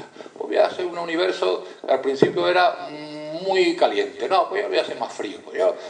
Entonces nos daban universos diferentes. Pues claro, como no teníamos nada con lo que comparar, es decir, no, pues ya está, pues el que tú quieras, eso no hay más discusión, ¿no? Pero claro, a partir de precisamente el Hubble, a partir del Hubble, y con lo que se llamó el Hubble Deep Field, el campo profundo del Hubble, ahí empezamos a ver los primeros instantes de formación de las galaxias, los primeros momentos. Entonces eso ya empezó a darnos una imagen que podíamos poner como una secuencia en el tiempo, y ya podíamos empezar a ver si lo que predecían nuestras teorías eran verdad o no.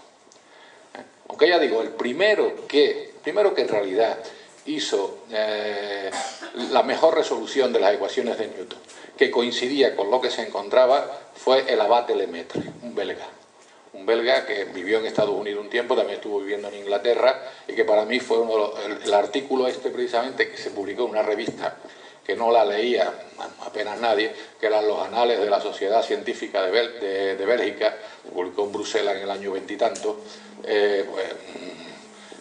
fue para mí uno de los más importantes. Mucho mejor artículo que el de Hubble. Mucho mejor artículo. Porque Hubble solo midió. Desarrolló las ecuaciones de Newton, de Einstein, y posteriormente, cogiendo datos de uno y de otro, antes que Hubble, llegó a la ecuación de Hubble. hay mucha discusión ahora sobre quién es entonces el primer autor de la ley de Hubble. ¿Es Hubble o es otro? ¿No? Sí.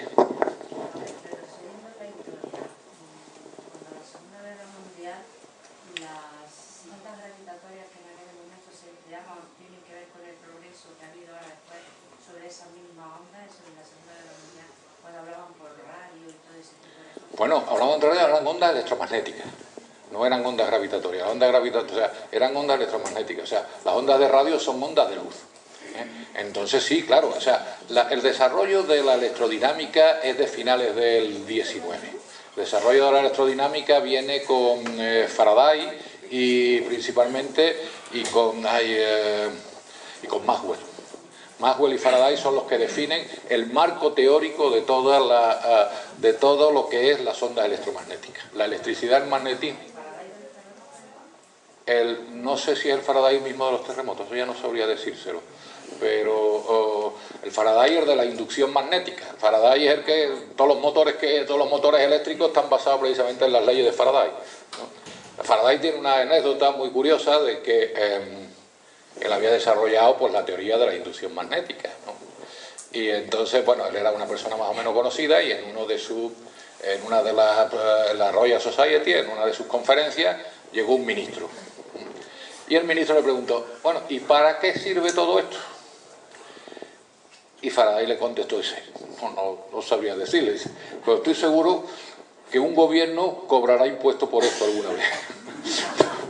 Pues efectivamente los gobiernos cobran impuestos por eso ya algunas veces, ¿no? Sobre cosas que sirven o no sirven, decía al principio que la física retorna un montón, o sea, al final es una inversión que se retorna, ¿no? Y me he acordado de la Estación Internacional Espacial. ¿Qué piensas? Si ha sido un mal proyecto o algo que todavía está pendiente de demostrar que vale para algo o si ha valido para algo. Bueno, en concreto, vamos a ver, ese experimento no me lo conozco suficientemente bien como para poder decirte si en concreto ese experimento ha sido un éxito o un fracaso, ¿no? Yo nada más que escribí sobre el proyecto escribí una vez un artículo sobre el proyecto de los Space Shuttle, de los transbordadores espaciales, se llamaban, tenían unos nombres muy... Columbia, efectivamente, que fueron los que arreglaran el Hubble, ¿no? Fueron los que mandaron por ahí a lo del Hubble. Yo decía que fue un fracaso, o sea, cuando se rodó la película de 2001, Odisea del Espacio, si os fijáis, hasta el diseño de los transbordadores era parecido a las naves estas que te llevaban a la gente con el vals, ¿no?, del Danubio azul, y que había hasta una azafata dentro de esto, era todo, digamos, de un confort maravilloso y tal, ¿no? Esa era la idea que tenía la NASA. La NASA pensaba que así íbamos a poder viajar. Pues se demostró que aquello era imposible y que además aquello fue carísimo, fue un error tener eso, y aparte, bueno, ellos pensaban que iban a ganar muchísimo dinero y le ganaron los rusos, pero vamos, de pasada, lanzando unos cohetes clásicos, ¿no?, digamos directamente, ¿no? Y de hecho ahora mismo son los que van a la estación espacial, ya no tenemos el proyecto de los Space Shuttle, o sea, ahora mismo quien lleva a la gente a la estación espacial son precisamente los cohetes rusos, no hay otro país que los lleve, ¿no? Entonces, pues no sé si China tiene alguno, pero no, creo que siguen siendo los rusos, ¿no? Entonces, de esto no lo sé, pero ya que me lo ha preguntado Fran, aprovecho. Como habéis visto, la astronomía, pura astronomía, lo más, por decirlo así, que no sirva para nada, lo más inútil que hay, que es preguntarse, pues a lo mejor, cómo es el origen del universo. Eso puede interesar a la hora de comer, no, a muy poca gente eso le sirve para nada, ¿no? Pero, evidentemente, eso está íntimamente conectado con el desarrollo tecnológico. Cada vez, o sea, la tecnología nos abre nuevas preguntas y construimos tecnologías para responder a esas preguntas, que a su vez nos genera nuevas preguntas. Es un tormento de Sísifo tremendo de la investigación, y sobre todo un poco de la relación entre la astronomía y la tecnología, ¿de acuerdo? Y yo siempre comparo ahora mismo la ciencia con el fútbol. en el sentido de, acordáis, a los que no somos ya un poquito más viejos, antes había unos equipos, una serie de ciudades, y los jugadores eran en un 90% de esa ciudad o de los pueblos de alrededores, eran del equipo en el que jugaban, la gente que íbamos a verla, o sea, era una cosa que se quedaba allí, ¿no? Todo el mundo más o menos, era una cosa muy local. Por supuesto, hoy que es en día el fútbol, tiene millones de facetas. Hoy en día, ser campeón del mundo puede subirte tu PIB en un 1%. ¿No? Hoy es el mayor negocio y la mayor publicidad, e incluso un embajador de lo que estás haciendo. Mira de los negocios. ¿Quién tiene hoy el Real Madrid? Pues bueno, pues uno de los mayores plutócratas de España, que utiliza el Real Madrid para hacer más dinero en China, abrir otros comercios y miles de cosas. O sea, que el dinero que gana Florentino no es por vender camisetas de Ronaldo, ni de tal, ¿no? Es por llegar allí y venderle 7 aeropuertos, una fábrica de lo que sea. Bien, eso está pasando con la ciencia. Como hacía Faraday ciencia a finales del 19, no tiene nada que ver cómo lo hacemos nosotros. Y nosotros tenemos 4 tipos de retornos. Cuando hacemos, por ejemplo, astronomía espacial, que es lo más directo. Tenemos un retorno industrial. ¿Por qué? Porque industria española, por ley, tiene que intervenir dentro de los productos que haga la Agencia Espacial Europea. O sea, ya por necesidad tenemos que tener una serie de empresas que pueden trabajar. Si no la tenemos, no lo haremos, pero podemos estar. Tiene un retorno de desarrollo. ¿Por qué? Porque te genera que tú tengas que hacer nuevas tecnologías. Tú tienes que tener a gente no solamente que hagan, industrias que hagan la tecnología que ya conocemos, sino que desarrollen nuevas tecnologías. ¿Vale? Tienes un desarrollo científico. Es decir, eso te pone también a la hora de estudiar los productos que tú obtienes con esa tecnología. Y por último tienes un desarrollo, tienes un retorno político. Obviamente la capacidad de liderazgo, la influencia que tú puedes tener en el mundo o en el entorno en el que tú mueves, si tú tienes un éxito científico grande, aumenta. Es decir, juega también un papel dentro de lo que es la política exterior. Entonces es algo que actualmente tiene una gran cantidad de retorno y que se juega como el fútbol, desgraciadamente. Tiene tantas facetas que es que tú ya, hoy en día, en fin, no os voy a contar problemas ni virtudes de la ciencia, por decirlo así, del día a día de la ciencia, ¿no? El día de la ciencia, en resumidas cuentas, cada vez está más burocratizada, ¿no? Pero eso está pasando absolutamente con todo. Y la burocracia no solamente es española, ¿eh? Si hay proyecto europeo, la burocracia europea es enorme. Y si tú ya quieres, y muchas veces la burocracia española y la europea entran en conflicto. Es decir, que si te han dado dinero de Europa, pues hay una ley que te permite gastártelo en esto, pero la española te dice, no, en eso no. Entonces, bueno, ¿tú para qué me han dado dinero? Si no voy a poder hacer absolutamente nada. O sea, que, en fin, la ciencia es algo hoy en día extremadamente complejo, pero casi como lo es todo en la vida. Es decir, me refiero que cada vez, no sé, casi cualquier cosa hoy en día esa globalización implica una serie de efectos aledaños que uno no sabe por dónde puede salir. Sí. Con eso que has estado planteando ahora, cuando ha hablado de cómo resolvió el Estados Unidos el tema del Hubble, de estar ahí, pues, de alguna manera aportando dinero, vamos a decir, como a fondo perdido, y tú vas a usar la metáfora de seguir en la bicicleta dándole a los pedales, ¿no? Yo quería preguntarte, con la situación actual, estos años que llevamos de crisis, la gente que se mueve, que está ahí en el mundo de la investigación, muy crítica con cómo se han hecho y cómo se están haciendo las cosas. Pero quizá la imagen es algo así como el tema de la ciencia me refiero, como un grifo que se cierra y que cuando toque ya lo abriremos y saldrá agua de nuevo.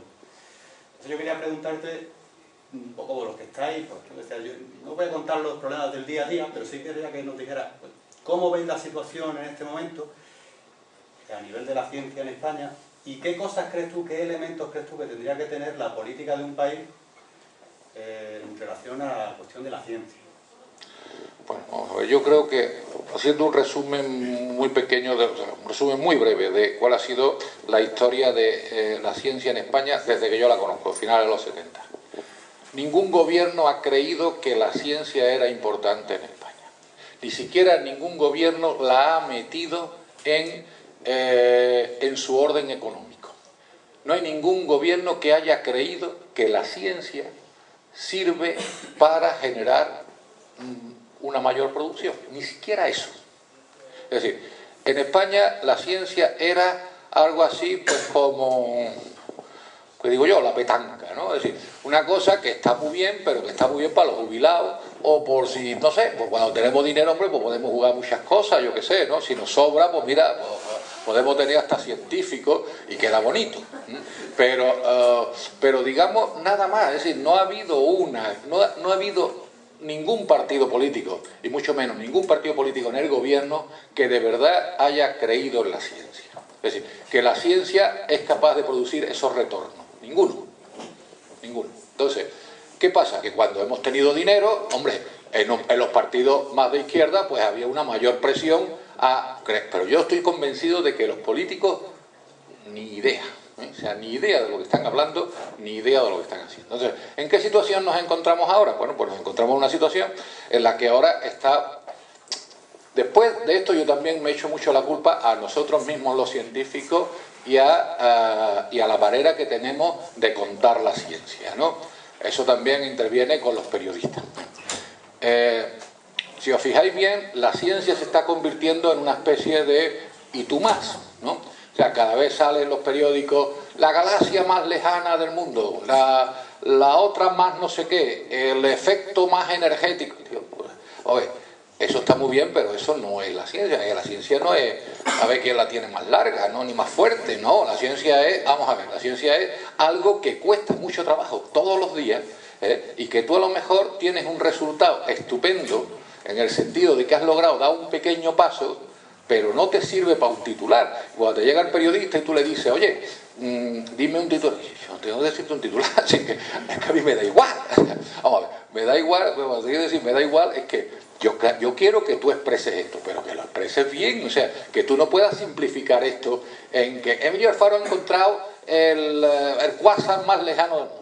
Más lejano del mundo no tiene más mínima importancia si no lo metes dentro de un contexto mucho más general, donde puedas decir por qué es importante que yo haya encontrado el quasar más grande del mundo. Entonces, hoy en día, por ejemplo, los contratos en Estados Unidos, cuando te hacen un contrato, cuando te contrata una universidad, a ti y a tu grupo, pues te dicen, vamos, usted es muy bueno en esto, venga, lo voy a contratar a la Universidad de Princeton. Véngase usted, le doy dinero para 25 tíos. Usted se puede venir con 25 personas para aquí. Pero usted me tiene que firmar que va a salir 4 veces en canales de televisión nacionales, 20 veces en canales de televisión estatales, va a escribirme 20 artículos en el periódico y me va a hacer esto. O sea, tú ya firmas un contrato mediático de cuál va a ser, digamos, el impacto mediático de tu resultado. Hasta esos niveles estamos llegando. Eso aquí se transmite sin, digamos, el tipo de capitalismo que existe en Estados Unidos, sino que aquí tenemos otro tipo de capitalismo que es una mezcla, pero en la cual, o sea, las cosas se copian, pero y no sirven para nada, ¿de acuerdo? Entonces, yo actualmente considero que lo primero que tenemos que hacer es charlas en que los científicos expliquen de verdad en qué consiste lo que estamos haciendo. Mire usted, o sea, este resultado que se ha obtenido ahí en 2017, yo sí considero que es abrir una nueva ventana. Esto es como Galileo cuando descubrió el telescopio. Es algo que verdaderamente te está abriendo una nueva manera de conocer el universo. Yo esto sí lo considero digno de que me aparezca, digamos, a 4 columnas en cualquier periódico del mundo. Pero lo demás no, o sea, lo demás hay que ser crítico, lo demás hay que hacerlo cada día, lo demás hay que enseñarle a los demás qué es lo que se hace, qué son los problemas que se tienen, que esto puede fallar. Es decir, que yo puedo estar 20 años investigando y no llegar a ningún resultado que salga en ningún periódico, y no soy un flojo, ¿entiendes? Ni soy un negado. O sea, no digo yo en el sentido, sino que cualquiera puede estar haciendo un trabajo durante 30 años de investigación y no tener nada que pase a los libros de texto. ¿Eso quiere decir que no ha servido para nada? No. Eso quiere decir que a los compañeros, a los demás, les ha servido para mucho. A lo mejor para decir, mira, por ahí no tire, que se lleva 20 años y no la ha salido. O sea, entonces tírate por otro lado y digamos ya tiene otra oportunidad, ¿no? Pero por eso digo, la ciencia hoy en día yo la veo igual de preocupante casi que cuando me metí en esto, ¿no? Es decir, con esto digo también otra cosa, muy curioso. En 2010 nos apretaron a todos los tornillos, ¿no? Sí, claro, empezamos a perder gente de contrato, los chavales se tuvieron que ir donde pudieran, muchos tuvieron que abandonar la ciencia y en concreto la astronomía. Nosotros éramos 240 en el año 2010, ahora somos 180, o sea, que entre técnicos, absolutamente todo personal. Bueno, pues resulta que cuando nos quitaron más dinero, como les vimos también las orejas al lobo, se incrementó la producción. Mandalorito, ¿eh? Es decir, que en un momento determinado, con una bajada de presupuesto, se incrementó la producción. Y los años mejores que después nosotros hemos tenido han sido 2013 y 2014. Justamente cuando después de 2010 la gente, digamos, dijo, a ver esto cómo está, vamos a ver cómo lo tenemos que hacer. O sea, es verdad, mira, yo te puedo decir que en 2009, por lo menos en el campo de la astronomía, si alguien se quejaba de falta de dinero era porque era un cara dura. En 2009 teníamos dinero, al menos en astronomía, para investigar lo que quisiéramos. Y teníamos dinero para contratar gente. Que no era que siempre nos comparábamos, pues que el número de astrónomos por habitante en Holanda es de un 1 por 100, mientras que aquí es de un 1 por 500 o de un 1 por 1000. Muy bien. Pero Holanda lleva siendo una potencia en astronomía desde el siglo XVII, ¿de acuerdo? Pues desde los telescopios y nosotros no. Entonces, vamos a ver si demostramos, bueno, ya hemos demostrado que somos buenos. Ahora nos acostumbramos, fijaos bien, si yo os digo, yo creo que llegó un momento en el que la astronomía en España se acostumbró a ser rica. Se malcrió. Esto algunos me lo pueden tomar como les dé la gana, o sea, me refiero a que algunos compañeros dirán, no, esto fue así. Y yo era en ese momento presidente de la Sociedad Española de Astronomía, es decir, que conocía muy bien cómo era el percal de lo que estábamos haciendo, y le protesté a la ministra, todo lo que había que hacer. Pero, en cierta manera, yo después, cuando empezamos a ver que en 2013 teníamos más producción que en 2010, habiéndose ido un 10% de las personas, yo digo, no, ¿esto qué es? Entonces, ¿para qué hacíamos antes? No. Ha habido un momento en el que era muy fácil en España gastar dinero. Cuando las cosas se pusieron más difíciles, la gente tuvo que apretarse los machos.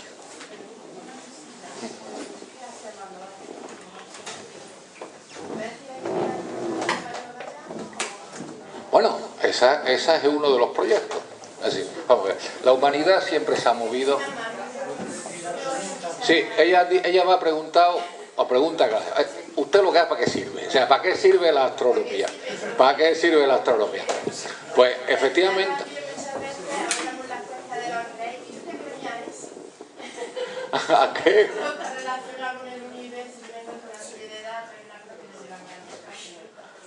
Entonces yo digo, hoy está todo interrelacionado, que se el universo tiene un planeta que está un poquito todavía, un poquito, ¿cómo se dice?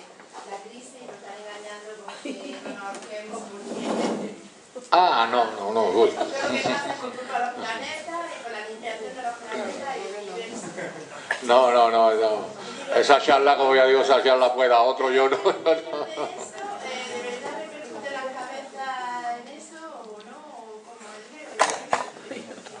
No, esos son los que ganan más dinero que yo. Eso, si invitáis a un astrólogo... No.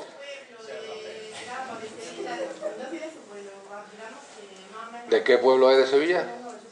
Ah. Ah, sí, bueno, pues eso, mi oficio... Hombre, yo creo que he intentado dar una explicación de lo que hago. Lo que hago es simplemente... ser un explorador, o sea, ir un poquito más allá, hacerme preguntas y responderlas. Esto es lo que ha hecho que el hombre, pues hoy en día, esté aquí.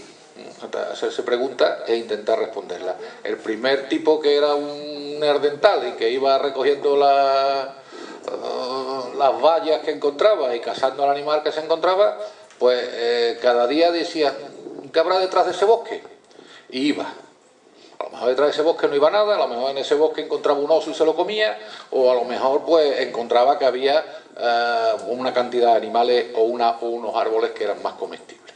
Pero el hombre, o sea, lo que ha hecho que la humanidad sea lo que sea lo que es hoy, y lo que ha hecho que nos diferenciemos esencialmente del resto de animales que nos rodean, es la curiosidad.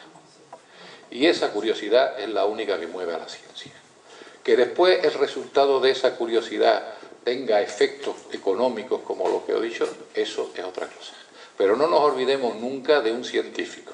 Un científico no está hecho para fabricar tornillos. La sociedad puede pensar en un momento determinado, pues si usted no está hecho para fabricar tornillos, nosotros no le pagamos. Tiene todo su derecho. Tiene su derecho. Pero un científico está para establecerse preguntas y responderlas. Punto. No está hecho para otra cosa.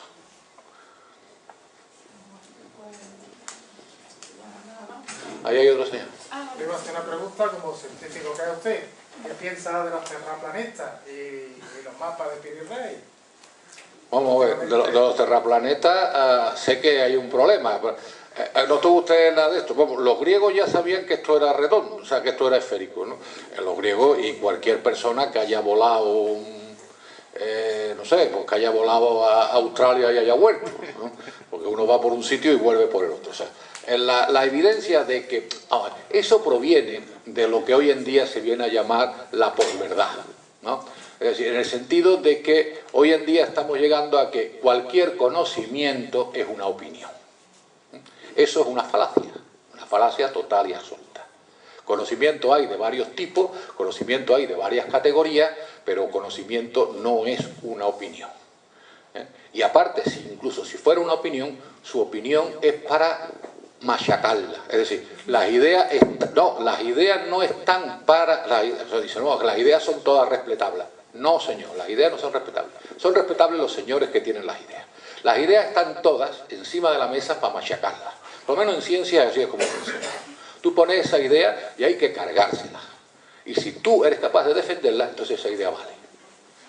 Entonces, esa idea de los de estos es una verdadera y absoluta estupidez. Pero vamos, es que después de la cantidad de fotos que hemos visto de la propia Tierra, desde la Luna, desde otro satélite, ahora decir que esta Tierra es plana, o sea, eso es porque existe Internet. Sí, me refiero a eso es, como decían en mi barrio, porque alguien te escucha. Si tú no dirías estas tonterías. O sea, si no hubiera nadie que te escuchara, claro, tiene Internet, pues te escucha el que está aburrido por la noche. Claro. También dicen que no hemos pisado nunca la Luna.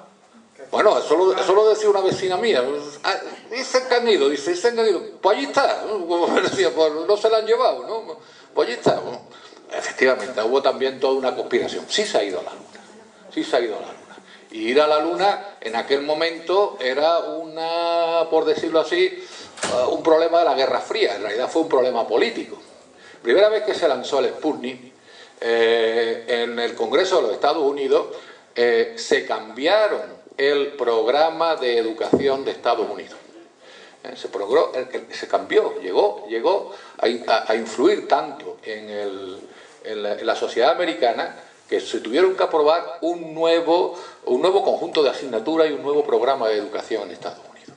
Y la frase con que defendía el senador ese cambio decía: si nuestros hijos no aprenden matemáticas, tendrán que aprender ruso. Esa era la idea con la que defendía precisamente eso. Si nuestros hijos no aprenden matemáticas, tendrán que aprender ruso. Entonces, eso fue un problema. Bueno, eso fue la historia de la llegada a la Luna. Yo, si tenéis oportunidad de verlas por internet, que hay muchas historias buenas de internet de la llegada a la Luna, es interesantísimo. A mi padre le encantaba, era el que me metió la idea y me levantó ese 15 de julio del 69, tenía yo 14 años, a que viéramos allí en un televisor blanco y negro, que apenas que se adivinaba, más que se veía ese paso del hombre por la Luna, ¿no? Y verdaderamente, bueno, un proyecto que estaba liderado por un por un criminal de guerra nazi, como era Werner von Braun, ¿no? Era un capitán de las SS que utilizaba esclavos judíos para la construcción de las V1 y las V2, que lanzaban las V1 y las V2, ¿no? Y que era la persona, digamos, en aquel momento yo recuerdo, más admirada por mi padre, por ejemplo. Werner von Braun. En el año 2017 ha dicho que va a ser un año muy bueno. ¿Por qué lo dicen? ¿Porque se han descubierto más cosas? No, porque se han descubierto esto de las ondas gravitatorias. Porque por primera vez hemos visto que algo que en el año 1916 se predijo que existía, se ha logrado desarrollar la tecnología para poder verlo y se han detectado. Entonces, este 2017 en ese aspecto es que eso nos abre un camino. Eso es como si dijéramos, imagínese usted que ahora mismo no hubiera luz. El mundo para usted sería una cosa completamente distinta. Pues imagínese usted, por ejemplo, ahora que sus ojos son capaces de ver rayos X, más la luz que usted ve ahora. Para usted vería otro mundo. Ese mundo podía ser espantoso, ese mundo podía ser lo que fuera, pero usted vería otro mundo completamente diferente. Usted vería la cosa de otra manera. Eso es lo que nos está pasando. Hemos abierto una nueva ventana al universo. Una nueva ventana que ya además no proviene de los mismos efectos que la luz. No son los mismos mecanismos físicos. Ya no es un electrón vibrando el que nos produce eso. Ahora es una masa y lo que vibra es el espacio-tiempo. Y lo que vibra es ese marco en el que anteriormente considerábamos que era quieto y nosotros nos movíamos en él. No, se mueve con nosotros y somos capaces de ver cómo se mueve. Eso es lo verdaderamente importante. Algo un poco, no sé, el futuro más o menos inmediato de la astronomía en la provincia de Granada, que nos pueda contar, porque bueno, aquí hay un sorteo pequeñito en Cartuja, uno más importante en Sierra Nevada, se está hablando del acelerador de partículas, que eso sería más bien de la física, ¿no? Pura, pero ¿qué se puede decir un poco del futuro de la astronomía en Granada? Hombre, yo espero que este año os demos alguna buena noticia. Esperemos que este año os demos alguna buena noticia, por lo menos en la astrofísica granadina. Vamos, la ciencia en Granada tiene, o la física en Granada tiene un buen futuro. Me explico, vamos a ver. En el tema de la astrofísica, nosotros somos el segundo centro más importante de España, después del Instituto de Astrofísica de Canarias. El Instituto de Astrofísica de Canarias tiene como 500 personas, tiene 3 observatorios, tiene el telescopio más grande del mundo, es una cosa que está sobredimensionada, que tiene un tamaño ya de gran centro mundial. Eso fue obra de una persona en el momento adecuado, pero obra de una persona que su director se llamaba Paco Sánchez y fue una persona que tenía una mentalidad completamente abierta, capaz. Era el tipo más moderno que yo he conocido. Todavía sigue vivo y con 70 y tantos años sigue siendo el tipo más moderno que yo conozco. O sea, alguien que está siempre por delante de lo que va el mundo, ¿no? Este se creó también en ese año. Y ha funcionado bien, como ya le digo. Hemos pasado la crisis, la hemos pasado canuta en algunos momentos por falta de dinero, hemos perdido gente, pero ahí hemos estado, hemos realizado el trabajo y lo hemos realizado bien. El Observatorio de Cartuja ya no existe como observatorio. Existe como centro de sismología y me parece que y también de geología. Pero ya, de hecho, no existe el telescopio, ni existe tampoco la biblioteca, se la han cargado. En fin, eso ha sido una de las cosas que no me gusta hablar porque ha sido de los problemas, y de ahí hemos nacido, de ahí hemos nacido. En el Observatorio de Calar Alto este año va a ser crucial. Este año va a ser crucial porque eso era un proyecto hispano-alemán. Al principio era alemán. Nosotros poníamos la carretera y teníamos solamente el 10% del tiempo de observación. Hará unos 15 años se creó ya un convenio en el que ya fuimos propietarios al 50% y obviamente ya teníamos el 50% del tiempo de observación. Se han desarrollado instrumentación junto a los alemanes muy buena, de altísima calidad, de puntera, es decir, para el descubrimiento de nuevos planetas, que es uno de los temas estrellas también en este momento. Y este año los alemanes se van. Entonces, ¿quién va a pagar el otro 50% de ese observatorio? Eso es algo que estamos ahora mismo en discusión. Los chinos ya tienen tiempo, o sea, los chinos nos compran tiempo en un telescopio de Calar Alto. Ya el tiempo se va vendiendo por trozos. Ya uno vende un 5%, ya uno vende este telescopio, te lo dejo ya que está pequeñito, sí, hacemos así. Incluso ya se venden hasta... O sea, ahora mismo Calar Alto se ha convertido también en un centro de turismo científico. De tal manera que en el lugar donde antes nada más que dormíamos los astrónomos, que unos apartamentos maravillosos, me gustaría tener esa especie de chalet, apartamento que teníamos allí los astrónomos en la playa, una cosa de fabricación alemana.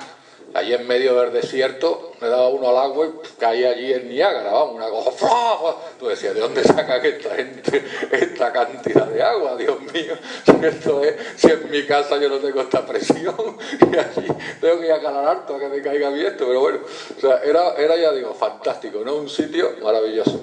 Y entonces es posible ir a observar y quedarse a dormir allí por la noche, ¿no? También. Esa es otra de las maneras de conseguir dinero en este mundo, como ya digo, en el que hay que conseguir dinero casi de cualquier cosa, ¿no? Entonces, yo le veo un buen futuro a lo que me decía. Nosotros organizamos en el Instituto de Astrofísica de Andalucía los últimos jueves de cada mes, de octubre a junio, unas charlas abiertas al público. No llevamos 2 meses haciendo esto, llevamos 21 años. Haciendo esto, se llaman charlas Lucas Lara. En esas charlas Lucas Lara, la próxima, que será el último jueves de febrero, trata sobre el acelerador de partículas, este que se va a poner aquí. Pues ya le advierto, o sea, el acelerador de partículas que se va a poner aquí no es el gran acelerador de partículas. Aquí lo que se va a poner es un centro que va a investigar sobre el tipo de construcción necesaria para albergar y, digamos, contener todas las radiaciones que pueden salir de un acelerador de partículas. Entonces, aquí va a haber un acelerador de partículas de menor tamaño y lo que se van a hacer es pruebas de cómo se debe construir el gran acelerador de partículas allí. Pero es un proyecto grande, es un proyecto que va a generar, yo creo, bastante movimiento. Pero que no es el gran acelerador de partículas, es una prueba necesaria para hacer eso. ¿Y el gran dónde va? El gran creo que vas a, no sé si por la parte de Huesca, creo que va a Canfranc. A Canfranc creo que vas. ¿Se lo llevan de gana? No, nunca estuvo. Nunca estuvo. Efectivamente. Bueno, ya para ir cerrando un poquito la merienda, os invitamos a los que quedéis también por aquí burlando y siguiendo. A agradecer a Emilio que haya venido y que nos dé esta charla, y por mi parte y por parte de la gente que estamos gestionando este local, dar una divulgación científica de esta calidad y de forma gratuita, yo creo que es algo que tenemos que agradecer. Os invitamos, primero agradecer a toda la gente que ha venido aquí, os invitamos, hemos pasado una hojilla por si queréis información del resto de merienda, del resto de actividades que estamos haciendo en el local. La semana que viene tenemos cine por la tarde, entonces como para ir cerrando un poquito, que nos quedemos por aquí charlando, pero ya para poder andar un poco por todos lados, y os damos los folletillos de la merienda del mes que viene, y ya si alguien sigue teniendo una pregunta que la hacemos ahora, pero para ir cerrando un poco y poniéndonos un poco en plano más informal. A mí con una indirecta, no, yo me voy ya y What is it you're thinking that how can it escape? What are you so afraid to lose? What is it you're thinking that how can it escape? What is it you're so afraid to lose? What is it you're thinking that will happen? What is it you